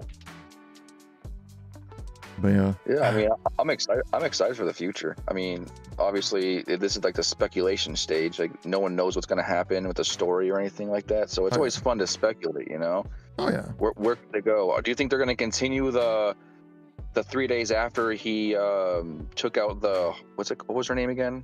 The Harbinger. I don't. Harbinger. Yeah. Mhm. Because like 3 days after he comes back and the pilot finds him, like, are they going to continue that from there on? Or are they going to, like, put it in a book or a comic? That's a good question, because Yeah. all the plot points that they set up in Infinite and resolved in Infinite, I thought were fantastic. I mean, we saw Hidden Experience reaction when they even just mentioned offensive bias. Like, he just mentioned. Yeah. They didn't even do anything in with it. In that trailer, in one of the trailers, you saw the three dots, the three red Oh, circles gosh, yeah. in his visor. Yeah, that was a clear indication right there. You would think. I I mean, guess- you would think. Yeah, I know. It's just more cut content that never made it into the game. I think it's just like and yeah. It's just the shame.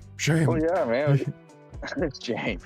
It was great talking to you. I mean, I just, I didn't really have any more questions. I was just curious on what you thought about everything so far, but. Well, I got a question Hey, for you. awesome. You were talking about like speculating for the next Halo game. I got a question for you. Is Sure. like, what? So since time really does feel like of the essence when it comes to the next Halo game to be released, right? We just want to get past Yeah. Infinite. And with a large scale Halo game that's like a catch-all kind of experience that we've had for a while, right? With time being of the essence, it's like trying to get out as soon as possible. Most likely some things will be either cut for later or just not developed for at all. What kind of concessions would you make for the next Halo game for it to be out sooner rather than later? See, that's you can't really mess with the multiplayer because you need to have a finished multiplayer, right, for longevity. Mm. And obviously, we're not going to do a service anymore. Like if I was in charge, we're not doing a service. We're gonna keep the multiplayer updating for the next 3 years or so. That's about it. And we're not gonna make it 10 years. I would honestly, if I don't know where they're at with this game, obviously, but I would probably, I hate to say it, but multiplayer's where the money is. I would have to cut the campaign like in two parts, but actually keep the promise of releasing the second half. If Just like leave it on a cliffhanger like Halo 2, where they cut the whole third act of the game and just left it on a cliffhanger. Well, but like keep the promise of releasing it. Like I'm thinking of a business standpoint here, right? Because if I'm in charge, I need to make money. It's hard to. I hate saying it, but business is business, right? No matter what way you look at it, they're gonna make money. And if I'm trying to make my game as much money as I can, and we're on a time crunch, I'd rather not crunch my employees, and exhaust them. If I had to put this thing out, I would definitely cut the campaign in half, but with the promise it would come out, the next year or something like that. And in the meantime, you have playable elites, put in as, playable elites, Spartans, just what they didn't have for Halo Infinite, Mm-hmm. So you're saying like you would have to have like the full suite of multiplayer stuff. Exactly. I would get multiplayer finished like as a priority. Mm-hmm. Because if you want the game to last, and because obviously the campaign is amazing. You love we all love campaign, but you play it once, twice. You're not gonna play it 3, 4, 5, 6, 7, 8, 9 times, 10 times, Mm-hmm. and until the next year. I would Right. want to get multiplayer as shiny as possible. Like I said, what the community wants, everyone wants playable elites, everybody wants all armor, all helmets, all shoulders, all chests going on one Spartan, stuff like that. I would polish the heck out of multiplayer and then get the campaign as polished as possible, Maybe even throw like battle royale in there, you know what I mean? Like connect, like I don't, I'm like I said, I'm not a developer, but you would, like with Warzone, how they have like Call of Duty maps just stuck together in one giant map, just do that with Halo, for like a third mode, take some of the Halo maps, stick them on one giant map together and make a battle royale mode out of it. Yeah, there's so many ways. There's just an infinite amount of possibilities, if you will, that 343 could go with the next title. Like we kind of, like I said, we've been kind of touching on it. We're like, they're in such a tough situation right now when it comes to what to do with the Halo franchise. Like, if you just release another game that's like Infinite, people were like, well, why don't you support Infinite? Because I spent money on that game. See, like in like the scenario where like I had to put a game out, like I have a time crunch, I have to get it out. That's what I would do. But if time wasn't an issue, I would literally sit there and work on a game for a couple years, like more years. I want, like, when I release a game, I'd rather have it full, like done at the complete, stage. And then everything after that will be additions, the actual DLC. Because like nowadays, I feel like with gaming, DLC isn't DLC. It's finishing off, topping off the base game. Yeah, a lot of times for sure. Yeah, I mean, I'm not saying every game's like that, but a lot of games are. I'm wondering if Halo and 343 should go with a hyper focused route with the next Halo experience, as in being only one thing and not a catch-all experience. Because like if you look at the most popular games out there, they're all kind of just, they do one thing, right? Like Helldivers, for example. Yeah. You jump in, it's a 4-player co-op, you shoot aliens and robots, you bugs and robots. And I think there's like 4 or 5 maps within the game and stuff like that. Like I think Pro Ace Joke, one of my content creator friends, Pro Ace Joker, brought this up, saying that like people say like, oh, Helldivers is like content complete. And I'm like, yeah, for the vision of Helldivers, it's definitely content complete. But it's not nearly as much content as like a Halo game, would require. Halo doesn't need it. How fun it is, So I'm saying like with the next Halo. So I'm saying like with the next Halo game, do you go that hyper focus route and just do like one thing, like, or like because like you see Counter-Strike, it's still one of the most popular shooters out there. Yeah. It's just bomb defense, like search and destroy. Like it's just that one mode. I personally don't think so, and because I'm saying that because of the community, like we have Infection, we have Big Team Slayer, Big Team Battle, we have all these different modes that are we just like Griftball and all that fun stuff. If you just make it one mode, there's going to be uproar. You know what I mean? Like imagine Halo just Slayer. Or like just focusing on Slayer type stuff. That's probably wouldn't slide very well. And like with 3 I mean, I think Halo needs to be more, in my opinion, of okay, obviously you can have your ranked and stuff like that separate, but I think it needs to be more of a fun social, kind of game, in my opinion. Like only swords and grapple hooks. That was fun back when they had that event. That 10 was that 10 Ride 2? I don't know. Yeah. But like they had the grapple hooks and the swords. That was just fun. I could play matches over and over and over with that. And then hop on Infection and hop on all these different kind of game modes. Firefight. I just don't think. I mean, and I think that Halo wouldn't do very good if it was just hyper focused on one type of mode. Because you have this, you already have other Halo games with all these different modes and different experiences. It's probably gonna feel like you're taking away from that. You're taking away from the players. True. It's like so we have these decades of built up expectations of Halo games being like campaign, full multiplayer, custom games, a third mode usually as well. Now at this point, that anything less than that would feel like you're missing out on something that you would usually expect from a Halo game. But maybe a Halo game is something that's just gotten too big at this point, though. Like no other game out there has to do as much as Halo to be considered like a full game. Like, have you tried playing custom games in Call of Duty? Like, it's awful. It's not fun. No one plays it. No one plays it. No, it's just Warzone for me mostly, to be honest. Yeah, exactly. And like, See, and that's where Call of Duty can, excel in hyper focusing, which I mean, kind of think they already are, just focusing everything, they're putting all their eggs in one basket with Warzone. Honestly, what I think what they could do with that, like since there's so many different sub communities and game modes that people like expect to have in a Halo game, what I think what really needs to just be there is Forge day one, fully robust. Let the community just run with it and see what kind of stuff they create, and have 343 facilitate stuff to be put into matchmaking, kind of like they're doing right now. But I'm talking like that's the idea of the multiplayer. Like, yeah, you have like your curated, like, quick play, ranked, big team battle, and like maybe some crazy new mode that they wanted to make for that. Everything else, I mean, like everything else is just curated through your Forge creators, because no other game franchise has that outlet for people to be able to be to have like dev made quality maps just made by the community for free, by the way.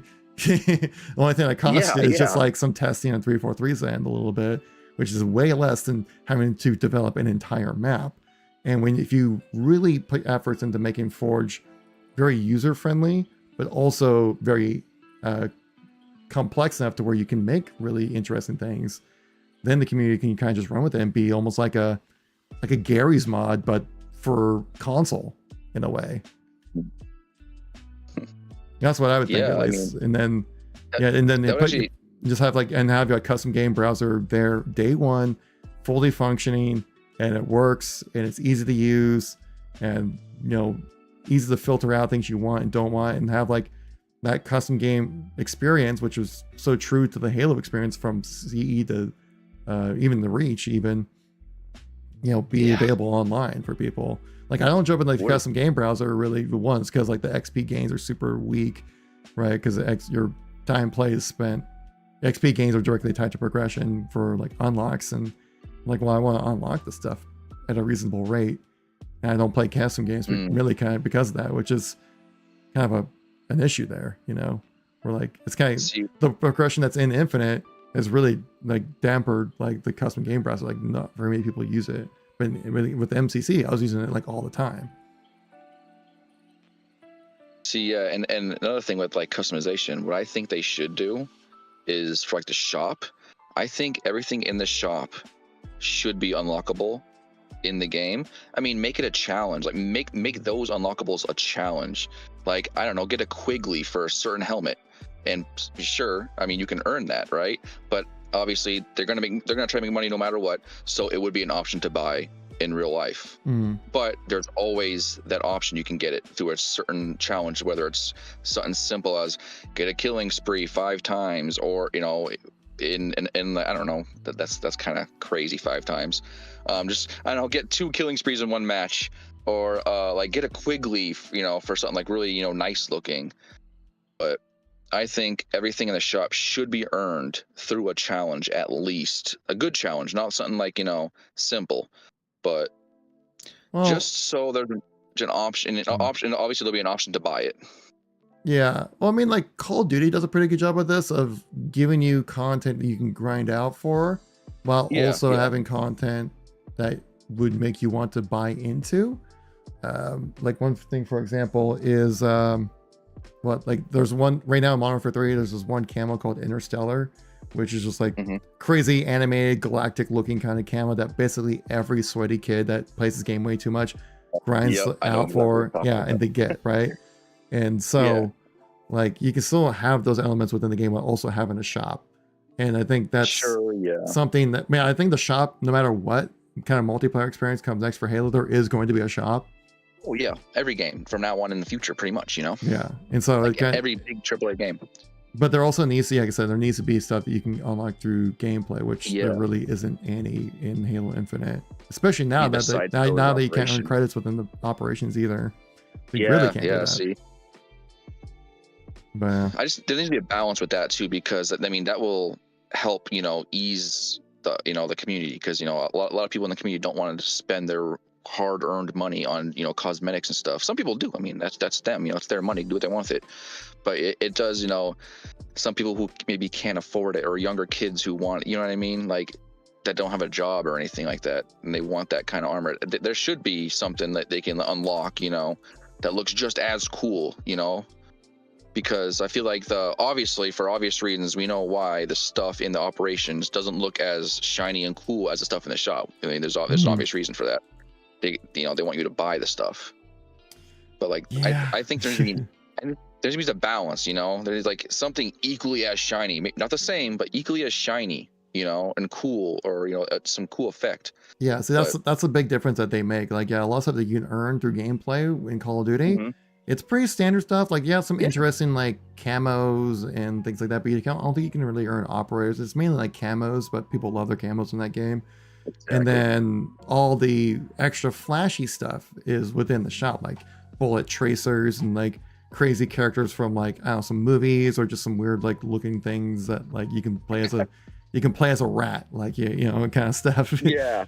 That like that stuff, like, yeah, have the wacky stuff, put that in the shop. That's like game breaking, immersive breaking, if you want to call it that. But it's multiplayer. I say have fun with it, go wild. Exactly. The campaign should be, you know, more grounded as possible. But yeah, the multiplayer, have fun with it, right? Yeah, exactly. But that's the biggest issue with Infinite Shop, that like all the stuff that you can unlock or buy in the shop, it's all like standard colors and weapon models, that like nothing too flashy. It's just like coatings and armor sets that look like they're part of that armor, you know. That's the whole appeal of like buying into things that you feel extra flashy. Like I bought into I bought an operator in Call of Duty because like you had a chance to play as Lilith from Diablo 4, and I'm like, well, I love the Diablo franchise, so I'm like, yeah, I'll buy that. That looks fun. Like, you totally stand out, and it's cool. You know, it's not like just like military dude B, you know, or whatever milsim kind of stuff they want to do. Yeah, milsim stuff. Like, yeah, you look at the shop at any Call of Duty game, it's like all flashy bullet tracers, animated weapon skins, and things like that. Like, it grabs your attention. You know, it makes you go like, oh, I want that. Yeah, it's fun. Let it be fun. But and then you start. Good. Oh, I was gonna say, do you ever see them adding Master Chief into Call of Duty now? Yeah, why not? Yeah, you can play as Timothy Chalamet from Dune in the game, so like, true. Why not? That would be freaking cool. Like, they got it in Rainbow Six Siege. Yeah.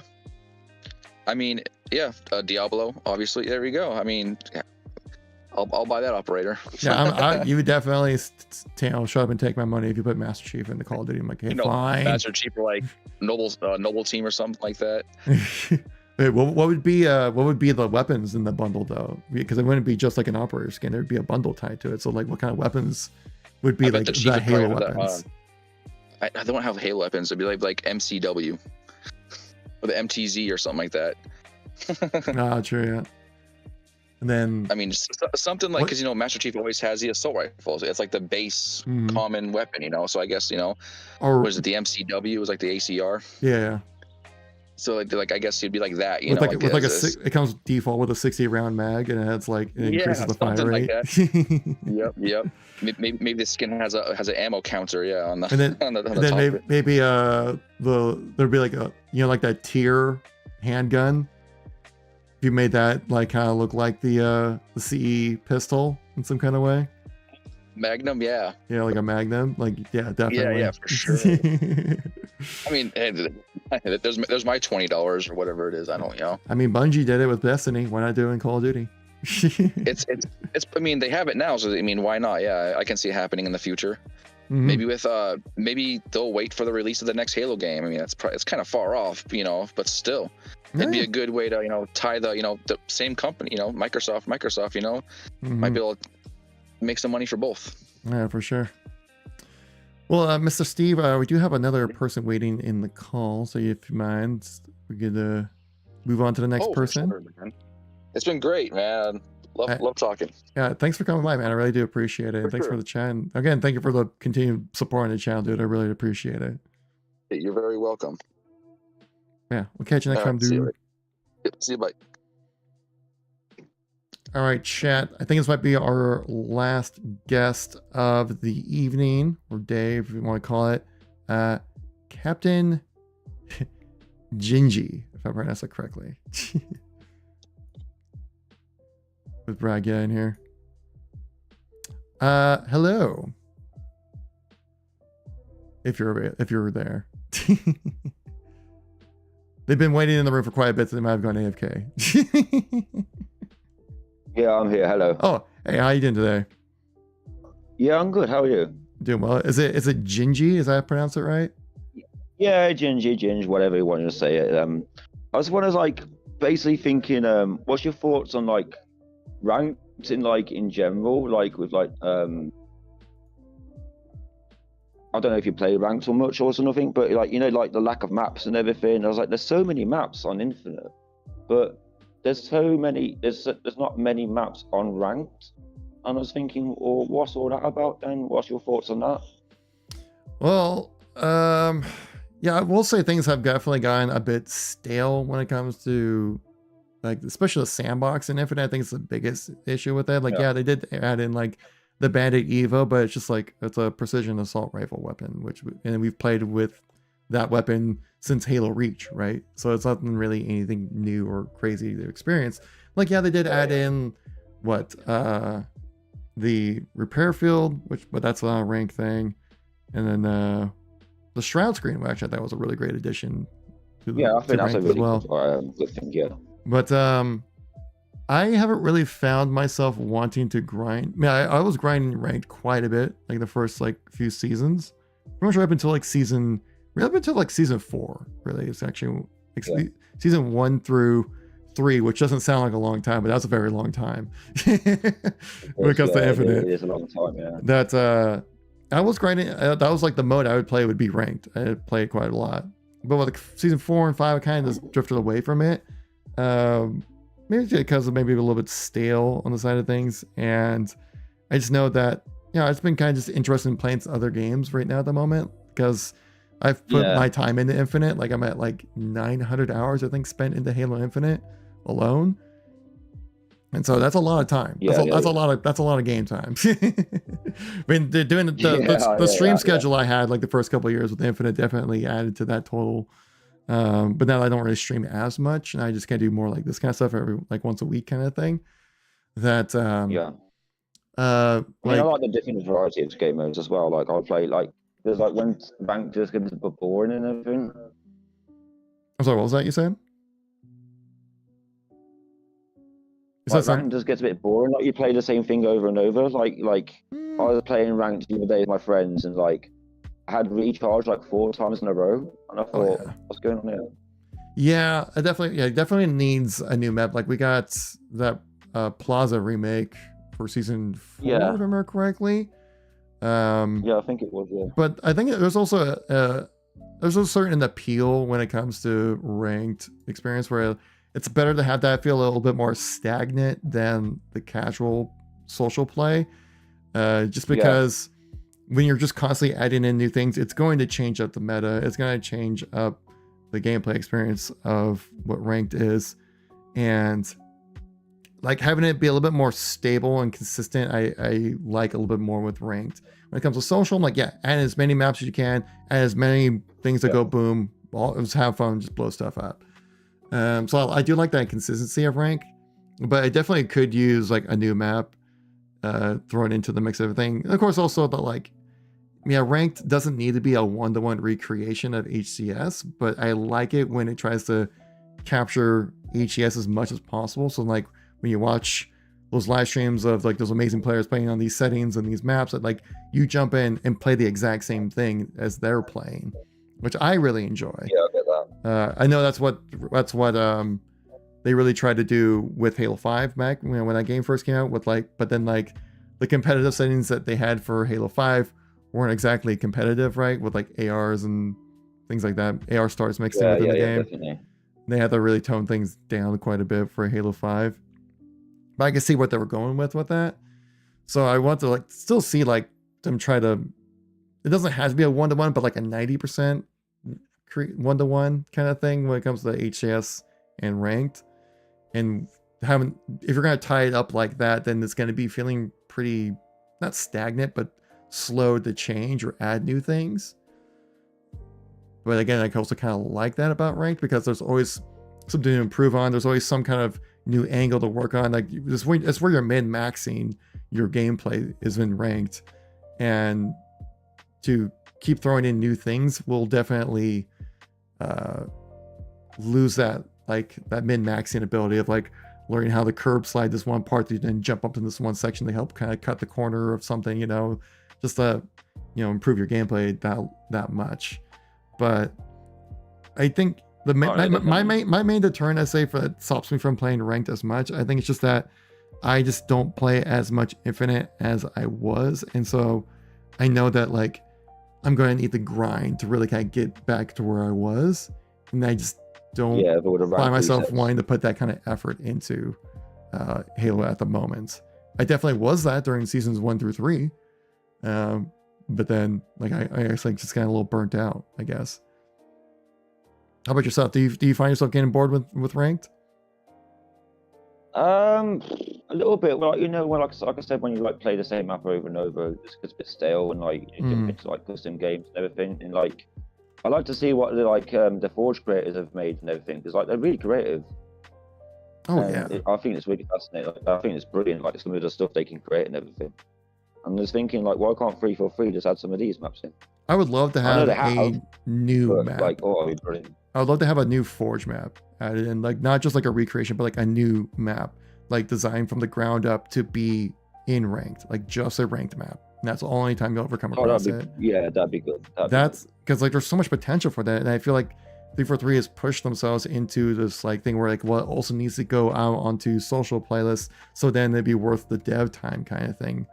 But really, it just feels like there's social, and then there's ranked. That's how it feels to me when playing. They're like, I'll just hop around from social playlists and be like, yeah, I'll do a little tactical slayer, I'll do a little quick play. Heck, I'll even play a little infection, stuff like that. But when it comes to ranked, like I want that ranked experience. And I think if you can like get like that competitive insights team involved with it, some really good forgers, and then also maybe some pro players, getting some pro player testing on it on top of that, I think there's a potential to have like an amazing map to be able to be created for Halo's ranked experience that I don't feel like we've truly had yet, even with any Halo experience. Besides like maybe those Halo 3 Forge maps in ranked where like you had like Amplified and Onslaught, and I think there's another Forge map that was mixing it, but maybe the Amplified and Onslaught, which like those maps, like you only come across those, if I remember correctly, in ranked.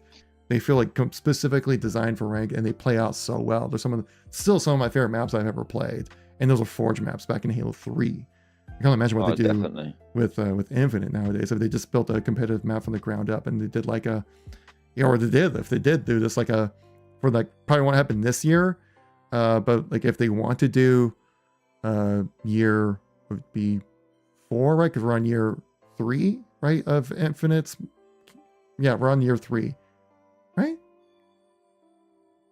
Yeah, I think so. Yeah, year 3 of HCS, if I remember correctly, for Halo. So like if Halo like year 4 comes around and you just release like a Forge map pack of like 5 maps, all competitively designed for ranked, that would get me hyped to want to jump back in and play. But like these little jet feed of like one at a time is like, that's interesting, but doesn't really get me excited. But or like a separate rank, like a separate little rank mode, but like in Forge, that'd be quite like entertaining. Or like social games in Forge and everything. Mm-hmm. And we definitely need some more Forge maps. We definitely need some more Forge maps in ranked. Yeah, definitely. Yeah, we need more Forge maps. Mm-hmm. Like it's been a thing with Halo since Forge has been around with ranked, and it's been it's a huge tool. Like there's another thing I wanted to touch on. Like earlier, like you said, like DLC and everything's dead and all that lot. And what do you reckon? Like the next, like with the Endless, do you reckon that's going to be like in novelizations now, or do you reckon that's a dead storyline, or what do you reckon is going to happen with that? Because there's stories in there. I think that they will. It's tough because you can definitely tell with Infinite that there was a lot of cut story content, but also that they laid the foundations for a lot more to come. But then there was nothing to come after the launch because they tried so hard just to get the game out the door that like the workflow for content was so rough that like trying to create another campaign was just not going to happen.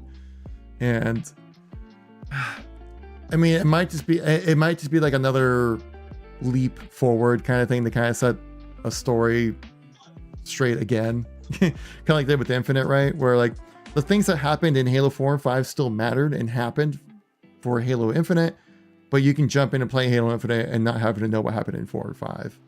And I think they might try that same experience with whatever the next Halo campaign will be. Again, I mean, like, but the stuff is like people love the pilot. You know, that was a really cool, great character. Helped add some more humanity into the story without Chief being like, "Who are my parents?" Kind of like the Halo show, you know. But oh, that's terrible.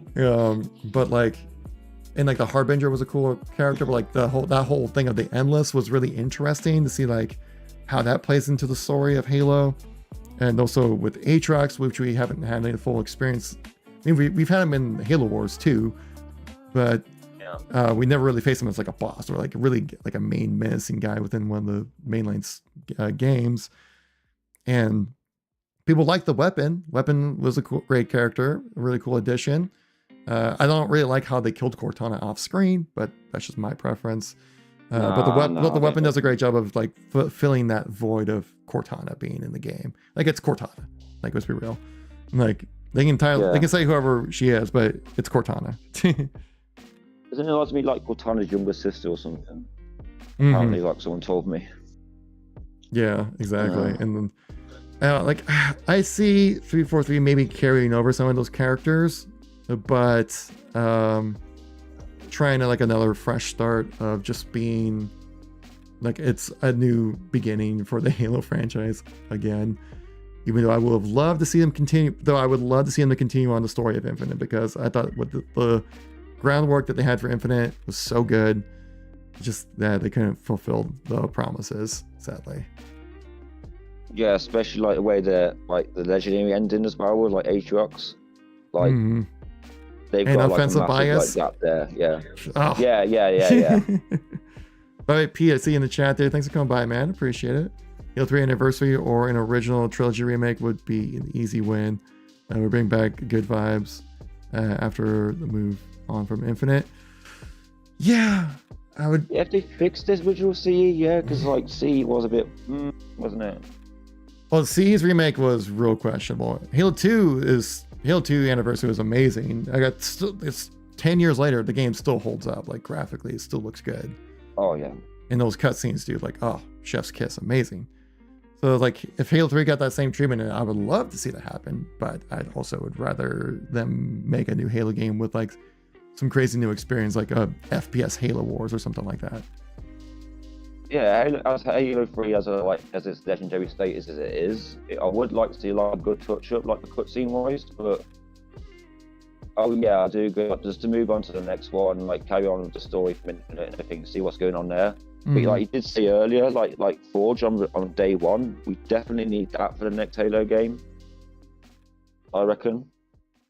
Oh yeah, it definitely needs to be at launch. Kind of like what I was like, like I mentioned with Steve and the last person called in saying that like I would like to see just like 343 just like have like your catered modes like quick play, team slayer, ranked, big team battle or something like that, and like those modes, and then you have like everything else that just gets put into the custom game browser, but the custom game browser actually has a good UI, actually functions, and just let the forgers go wild within that one. So if you want, but then also not have like your unlocks tied to game time, like with like a kind of like what they did with Infinite with the battle pass. Like that's the reason why I don't play like much custom games, because I'm like, well, I want to be able to effectively get. I only have so much time in the game, and I want to get these unlocks because I bought into the battle pass and stuff like that, you know. So if they could find somebody to alleviate that, that would definitely help out to keep the custom game browser more popular, because right now, not that much. Yeah, totally agree with you there. But yeah, but you know what? Actually, it's getting to about 1 o'clock right here. I have some errands I need to go off and run, and I also need to eat. I haven't eaten today. But Ginger, I really do appreciate you coming by, man. Thank you very much for the coming in and chatting. I know it could be a little like nerve-wracking to be like, oh god, to be like on stream and talk to people. You know. No, it's cool. It's cool. It's cool. Thank you for having me, and like, you know, I really love the content and everything. So keep that up. Yeah, well, I appreciate you coming by, man. Thank you much for the enjoying the content. Oh, cheers, thank you for me on, and yeah, cheers, chat. You know, see you later, guys. Yeah, see you later. And chat as well. I think I have to call that a stream. I do appreciate you guys taking the time out of the day to come by, hang out, chat, and I see you guys all in the chat there. Also coming by in the voice chats and hanging out as well. I really do appreciate it. But otherwise, guys, I think we're gonna have to call it a stream. Thank you all so much. If we want to do some more of these in the future, make sure to tap like, and catch you all on the next one. Peace out.